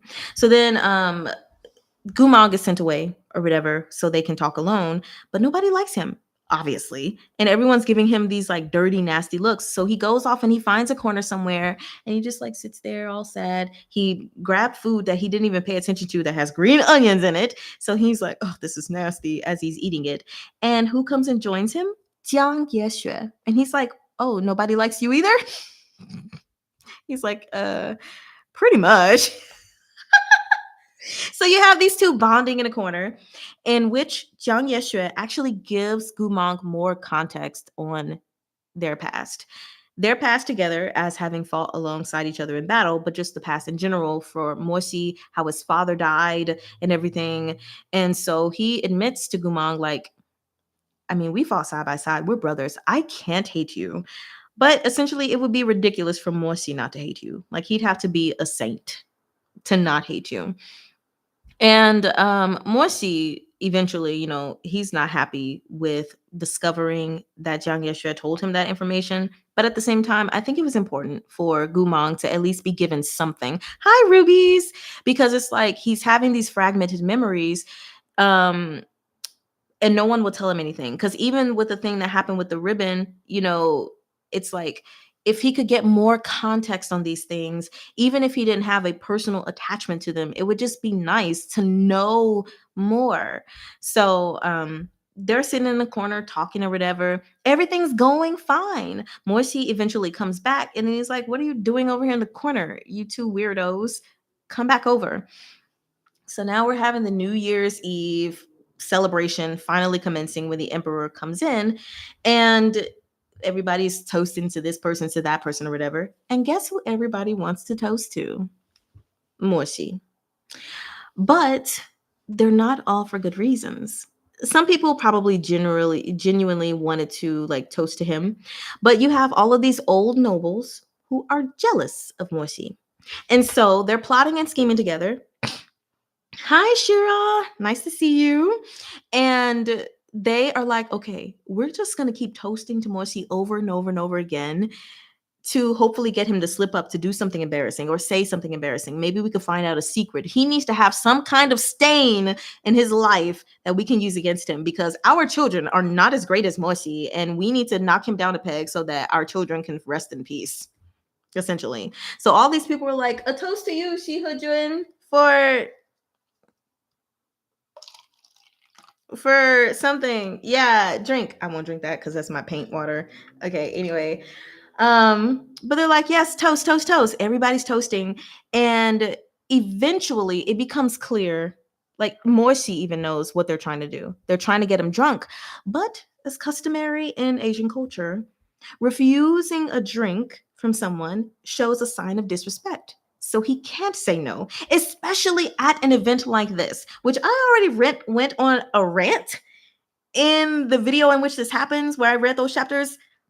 But I hate that so freaking much. There are so many things that I absolutely love about Chinese culture, Asian culture in general. Um, it was funny because I'm re-listening to Peerless since I finished Thousand Autumns. And what was the other thing that I just read that I was like, oh, I hate this about Chinese culture, and I can't remember what it was. Oh, it was about how rape culture is shown there. How if a woman is raped, it brings dishonor on her family, and now she's lesser than, instead of like it being, the blame isn't really looked at to the right person, essentially. When it comes to that, which wasn't just Chinese culture, but just culture in those days in general. Even like in the Bible, Tamar was raped by her brother, and the people were like, "Oh, Tamar," and it's like, why are we doing this? So anyway, second thing that I absolutely hate about Asian culture is the fact that if someone refuses a drink from you, it's considered as yeah, that's why I said it's not only Asian culture. It's considered rude. Oh, you were talking about drinking alcohol. I remember my teacher saying that refusing to drink alcohol during work reunions was impolite. And what culture is your teacher from again? Um, but so I can know. But it's just like, it doesn't make sense to me, because I mean, no one should ever be forced to do something they don't want to do. But when it comes to things that could be bad for you, like alcohol, you would think this would not be a stipulation for I mean, because when you think about it, so many people were toasting Morsi. So you were getting him drunk to the point that not only could he vomit and pass out and stuff, like it's not mentioned, but there is such a thing as alcohol poisoning. There is such thing as dying from drinking too much alcohol. And it doesn't matter that we're in this, different world or anything like that. It didn't say that people could defy the logics of alcohol. They're still normal people. They just have spiritual cores that help them fight magically, essentially, and maybe they can handle more than the average person could. But that doesn't take away from the fact that alcohol, after having so much, can be very detrimental to the body. And so I'm just like, I don't understand why this is considered as a rude thing. And why couldn't he say no after so many drinks? Anyway, let me not get on that again, because you're going to hear it in the video if you haven't already. But all of these nobles were coming to get him drunk, having malicious intent. And, his soldiers are on the side betting to see what's going to happen, because they're not really looking too deep into it. They're just like, let's see if he's going to fall asleep or he's going to do some crazy stuff. But then eventually Gu Mang intervenes, because he's like, hold on. I feel like there's something wrong happening here. Like, you guys are clearly having ill intent toward my master. Yes, we have the moment in which Gu Mang pulls aside his collar and he's showing off his slave collar, and he says, I am a servant of Shiha Manor. He is my master.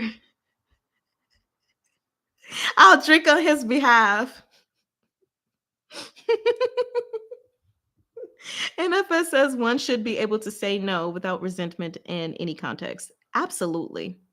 You shouldn't even have to say why you're saying no. You just should just be able to say no. Like, you shouldn't have to say, oh, I'm pregnant if you're a woman, so I can't drink. Or you shouldn't have to say, oh, actually, according to my religion, I don't drink. Or I don't like drinking. I don't like alcohol. You should just be able to say no. Okay. Anyway, but yeah, so he's like, I'm going to drink on his behalf because y'all are being awful. And I honestly love this moment because it showed his loyalty to Morsi, which we know he has because he's his companion. He's his alpha wolf. And we have all these nobles who get extremely upset at seeing this, because here's this person, Gu Mang, the cause of many of their sons' deaths. after he turned traitor. So of course, I completely understand where they're like, oh no, no way, Gu Mang. And they start beating down on him because they're like, who the do you think you are to come in here and, be trying to take up? Are you even worthy? And, beating him up. And in this moment, we see such strife because when Gu Mang is getting beat up, we see Morsi sees this and he's doesn't like to see Gu Mang hurt. We know this already. And so he goes over there to protect Gu Mang. And it even says he lets out a sound that's almost like a cry. And he was like, don't hit him, don't touch him. But people can't tell that he's protecting Gu Mang. It just looks crazy. And so even the soldiers from the northern frontier come in now and they're trying to calm everything down. And it's just a really, really sad moment because after that, after Gu Mang stood up for Morsi, we have Princess Mengza that comes and takes care of him. And she's mad at him. He's like, he's a traitor. Like, why did you step in to protect him? Because she knows what he was really doing. And he's like, you got yourself hurt because of him. Meanwhile, Gu Mang got hurt. Like, he fell down on some glass and, was cut, but there was no one to tend to him. And he went into a little corner and was alone. And it was so sad because he even saw Princess Mengza tending to Morsi. And it was kind of like him, he was like, how did I have the audacity to think that I could protect my master? Essentially, how naive of me. And so that was so sad. Really quickly, Ruby said, oh, Swiss French. You don't think it's as prevalent today, but in very formal events, I think it's more of a rich thing because I think it's more the case in wealthy business. And then you said, even Wolfie Gu Mang is seeing the situation as bad. Yeah, which I do like that, he's clearly getting smarter and everything, but it does suck because at one point it does say like he wished that he could just go back to his ignorant bliss. And then Freya says, people are so weird about alcohol. Yeah. Yeah. Honestly, ever since I got diagnosed with adenomyosis, I can't even like handle alcohol anymore. Like I had just a little bit, like this much. um and when my husband and I went out for our anniversary and I was like, woo, okay. I was like, I guess drinking alcohol is out of the picture for me now. So I guess I'll be saying no to alcohol more often or only drinking like a little bit. Who knows? Anyway, that was so random. So eventually, let's do post New Year party development. We have Princess Mengza is taking Morsi home. And of course, Gu Mang can't be in the carriage with them. She's like, I can handle it myself. She's like, look, Gu Mang, you've already caused enough hurt and pain for Morsi. Please stop intervening. I know that you meant well, but stop. Okay? Just stop. And so we have them go home. And, Li Wei is like, oh, Princess Mengza is here. And thinking that she's going to be the lady of the house, thinking that Morsi's going to marry her. He's being all nice. And, oh, look at this tea set he got for you. And look, he only has 2 chairs for you. And even Princess Mengza is like, no, he probably just did that for symmetry. Okay. But Gu Mang sees her sitting in his chair and he's staring at her. And Li Wei is afraid because he's like, oh my God, Gu Mang is like a wolf. He's territorial. And he's seen this as his seat. Morsi never corrected him because he just, knows that his brain is fractured. Meanwhile, I was like, no, he didn't correct him because it actually is his seat. But anyway, he's like, oh my gosh, am I going to have to step in so that Gu Mang like doesn't go berserk on her? Meanwhile, we get Gu Mang's inner thoughts and he realizes that no, how could I have had the audacity to see myself as Morsi's companion when we have someone here like Princess Mengza? And so it's like he realizes his place was not where he thought it was. And that is... I can't help but feel bad for him. Oh my gosh. Ugh. Okay, let me read your comment, NFS. He said, I think it's fascinating. Gu Mang already understands what made him behave so dismissive toward Morsi in his old life. Yeah. And so we have This last part, basically. So after that incident and Gu Mang's humiliation is what it was, he becomes very obedient, which is unlike himself. And Li Wei's like, he's been more obedient. Could it be that he understands his place now?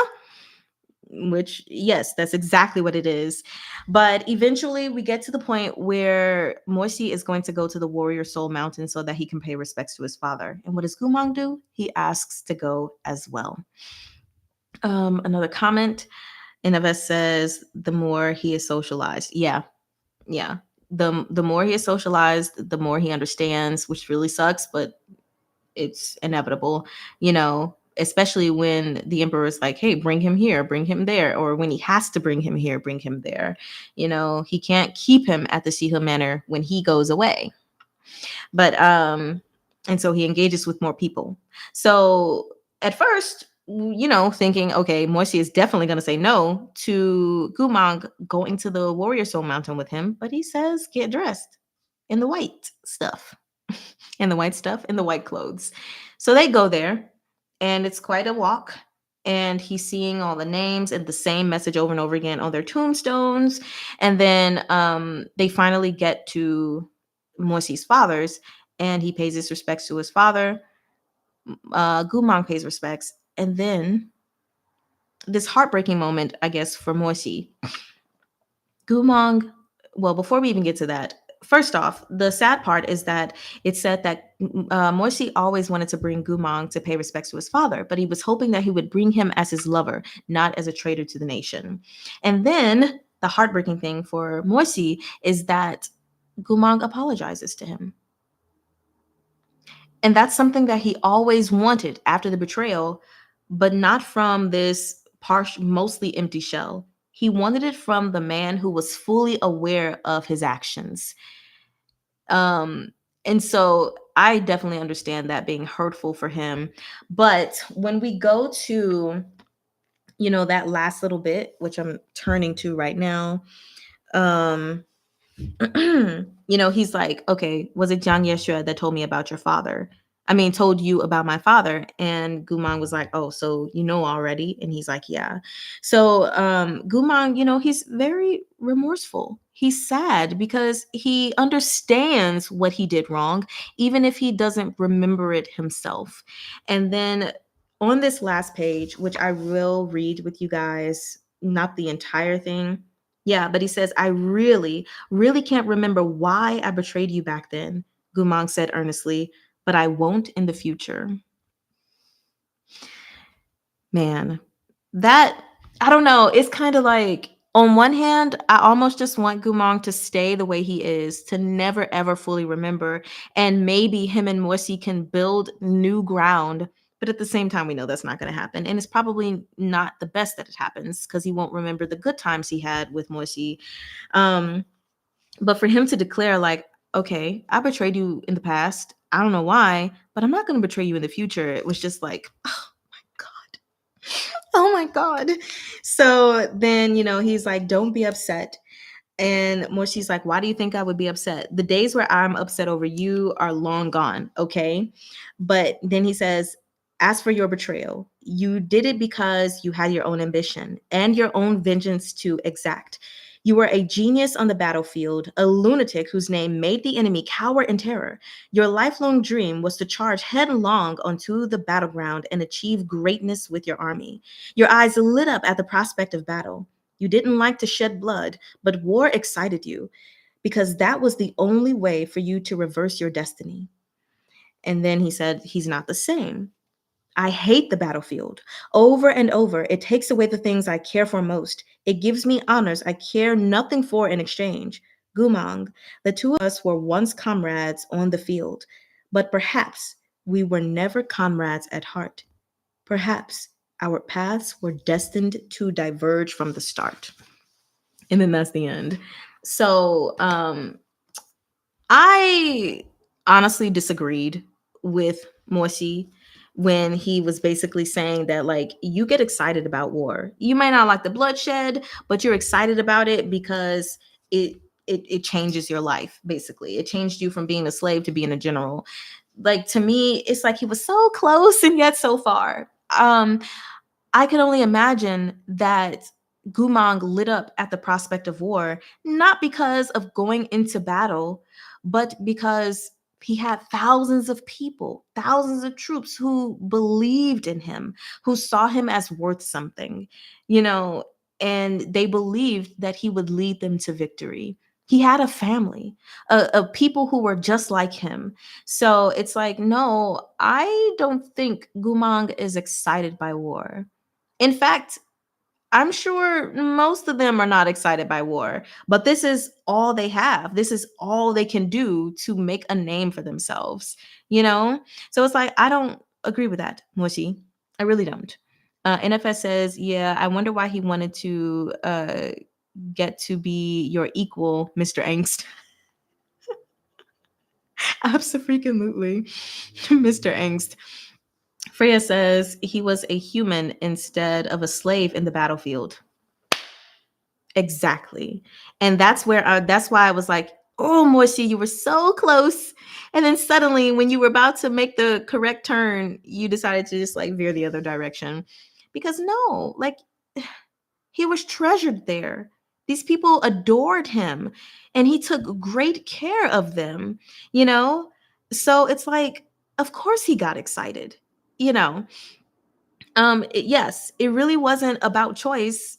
I mean, of course you always have a choice, but it wasn't really about choice. It was, this is the only thing that I can do to make a name for myself and my people, and we can be looked at as more than just slaves. We could be looked at as real people who have some kind of worth here, and that's why this excites me. You know, eventually hopefully we'll learn if that's the case.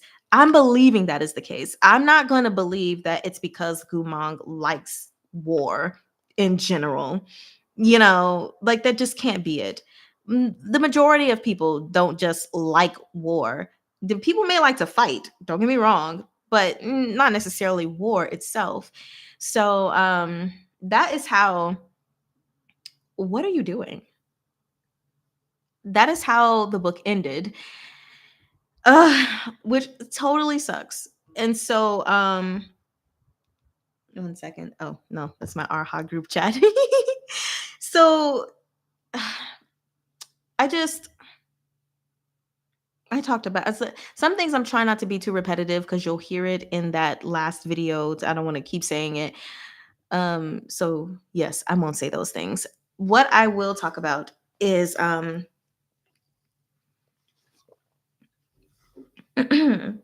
I love that we got to see the deep bonds that were made between Gu Mang and his fellow soldiers, which helps me to piece together even more so that I believe no, it's not that he just loved war.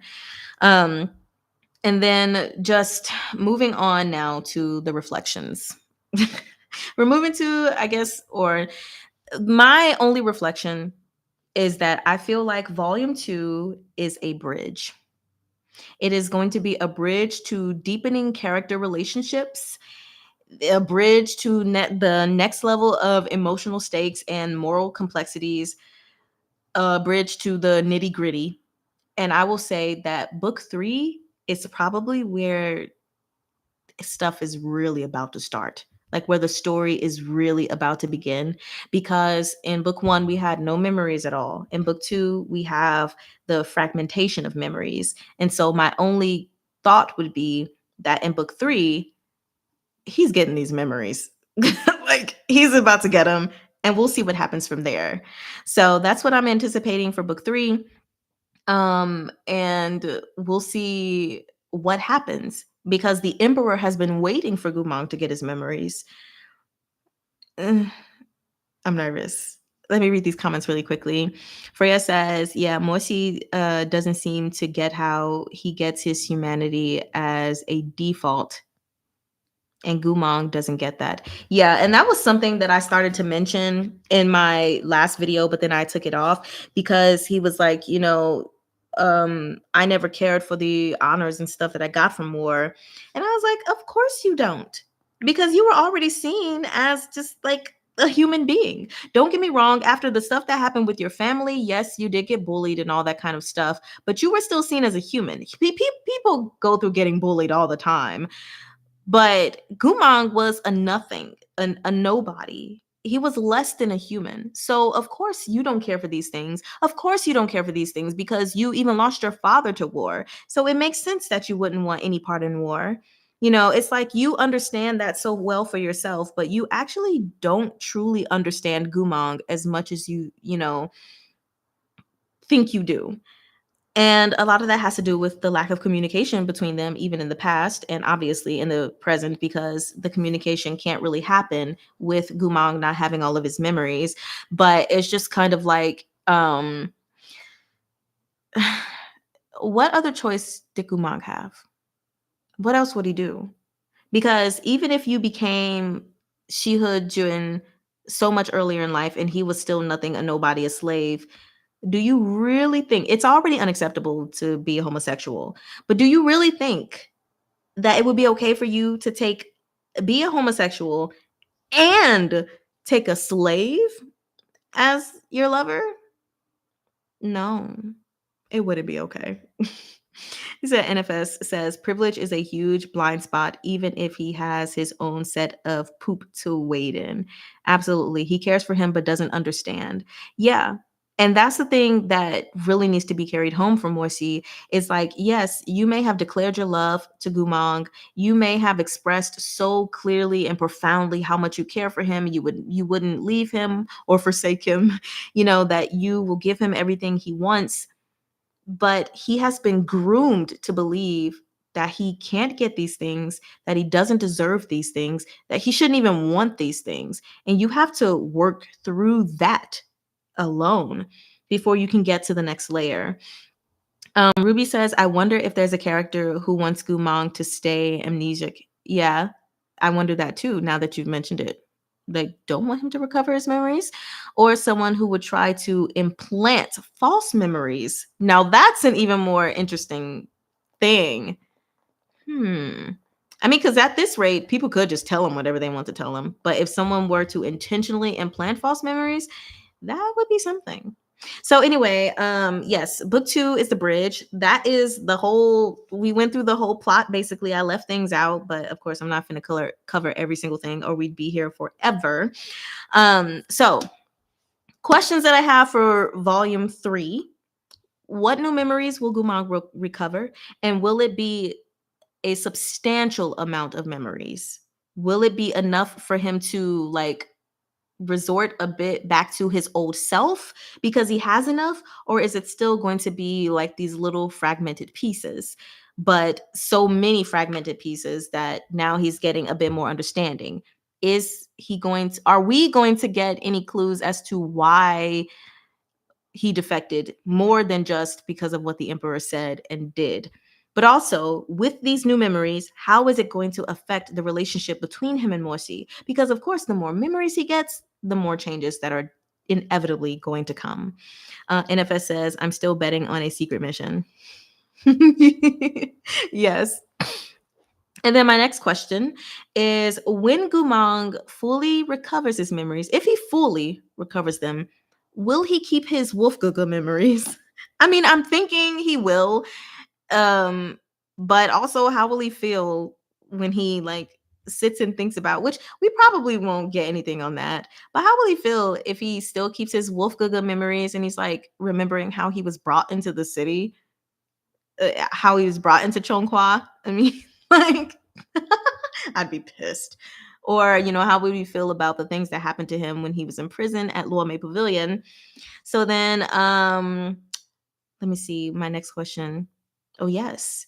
How will he respond? Which this may be a question to be answered throughout the series or later than volume 3. How will he respond once he fully remembers his own traitorous actions? That is what I want to know. Because at some point, he's already apologized and saying he really doesn't know why he turned traitor, or he doesn't even remember turning traitor. But when he remembers, how is he going to respond? How is Moshi going to respond when he remembers? And then obviously, which we may not get this in book 3. Who the hell is the Guoshu? That is my next question. And then my very last question is, does Muzhong Chuyi have a soft spot in his heart and just pretends to dislike Yue Chengqing, much like Chu Wanling pretended to dislike Moshi? And the reason I say this, even though I didn't talk about it, which I should have, is because at some point when they all woke up from the pool transfiguration thing, Mu Zhonglian was being so mean to Yue Chengqing. And he even said something about his mother, like, ask your mother. And then who slapped Mu Zhonglian? It was Mu Zhongchuyi that slapped him when he was talking down to Yue Chengqing. And so I was like, is it because you mentioned something about Yue Chengqing's mother? Or, you know, is it you feel like he went too far? Like, why did he suddenly retaliate? We never got any information on that, and I kind of missed it in this live session. But that's my other question. Is he really soft on the inside but pretending to be a big fat meanie like Chu Wanning? Because he looks like Chu Wanning anyway, and he's an artificer like Chu Wanning. So he's, what is he, just Chu Wanning 2.0 or 1.0? I don't know which came first, Arha or YUWU. Was it YUWU that came first? Who knows? Sometimes they don't even feel like they're in the same worlds. Anyway, those are my questions for volume 3 and then just like the rest of the series. So that's all I have to say. I don't really have anything else to say about the series. If you guys have some questions or anything that y'all want to present, you can put them in the comments now and we can kind of discuss those maybe for like 10 to 15 more minutes, or if not, we can skedaddle. But for volume 3, because of the cover, I'm scared. I am scared out of my wits. And for those of you who have not seen the cover, I'm gonna show it to you. Hold on, because I think I can share my screen now. Right, I'm sharing my screen. So let me see if you guys can see this. Can y'all see that? Let me look at my thing. Okay, yes, I see it. I love my Hualien pins. Yay! Yes, these came with the it either came with the Chinese books or the Chinese manhwas. I don't remember. But this is the cover for volume 3. And that doesn't look pleasant at all. At all. Let me just zoom in. That's blood coming from the eyes. I'm terrified. I'm so terrified. And by the way, for anyone wondering, because it says volume 3 opening live read along, that's for the Patreon. So let me stop sharing really quickly. Okay. Yeah. So I guess for Freya, you should already know. I think you liked the post. But yeah, anyone on my Patreon tomorrow, actually, from 10 to 12 Eastern Standard Time, we will be opening with the volume 3 live read along.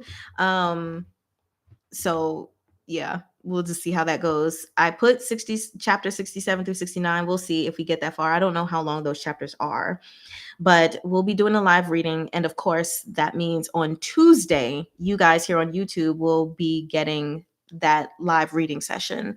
So I do know that right now, like, my Patreon is still very small, even though it's like 20 people have joined or whatever, something like that. But the engagement there is not much at all compared to what it is here. So it's probably literally just going to be me reading. And that's it. But that's okay. The point is to be consistent while it's small and do the same thing even when it gets bigger. So yes, we are starting volume 3 tomorrow, and we'll see how that goes, because they've left off at this mountain. Sorry, let me say the correct name. The Warrior Soul Mountain. They got to leave there. Also, it was Mu Ronglian was mentioned, and it was like, good thing Mu Ronglian's not there, because if he was, that'd be trouble. And I'm like, Meatbun, why don't you just say that you're gonna have Mu Ronglian pop up? Just say it. because we know he's gonna show up, right? Anyway, let's see. Freya says, I also love the illustrations inside the books. Absolutely. I think, who was it? ST? Yes, the illustrations are done by ST. And I would say thus far, ST is probably my favorite Danmei illustrator because their work is amazing. The only person I would maybe put above them, if it's not the same person, who is the illustrator for Legend of Exorcism? Because I'm not with my books right now, so I can't just open it and look it up. The illustrator for that is Ruthie or KK KK Cool. That was such a struggle. The covers for Legend of Exorcism, out of this world. That's my favorite actually. Then next comes ST. Anyway, let's see. NFS says, I wish I could join. Alas, but pipe in wine pot. I was wondering why he got more character development than Gu Mang. First two books almost. And then SVSS. Wait, hold on. Velinci for SVSSS. Is that who is the illustrator for SVSSS? I'm not next to my books right now, so I can't just like pull them off the shelf and look. Um, yes, so I don't know if you were here in the last live when I said it, which of course, even if you can't, it's still fine. So for my Patreon, I do have a second option. There's a $3 a month option where you would get the smut 48 hours in advance. All the lives that we do here, they're going to be there, and you can listen on Spotify and other podcast type things, and live readings. And then there's a $2 version where you get all of that but just not the live readings, and then that's it. You love Ballad. Yeah, the new hardcover of SVSSS is so beautiful. I will be purchasing it as long as they don't run out of copies for me to purchase. I just have to wait until we move. So as soon as October 17th comes, I'll be like, no, as soon as I know what address to send my stuff to, I'm ordering because I need the hard copies of SVSSS. They're so good. Oh my gosh, I love SVSSS so much. But anyway, if no one has anything else to say, we can go ahead and go. So I'm not just rambling. But yes, this coming week, we do start volume 3, which means we should finish it. 1, 2. We should finish it by September the 12th, which means, yeah, in another 2 weeks, we'll have a live discussion. But, that is a bad weekend.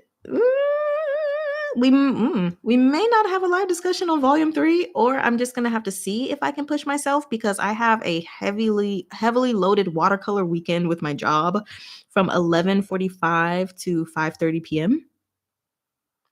So we might not have a live session on volume 3 because even on Sunday, I also still work from 11:45 to 2 p.m. And I'm trying to keep the time the same, like 10 to 12 or 11 to 11 to 1, because that seems to be like the universally convenient time for everyone when it comes to me doing live sessions. So yeah.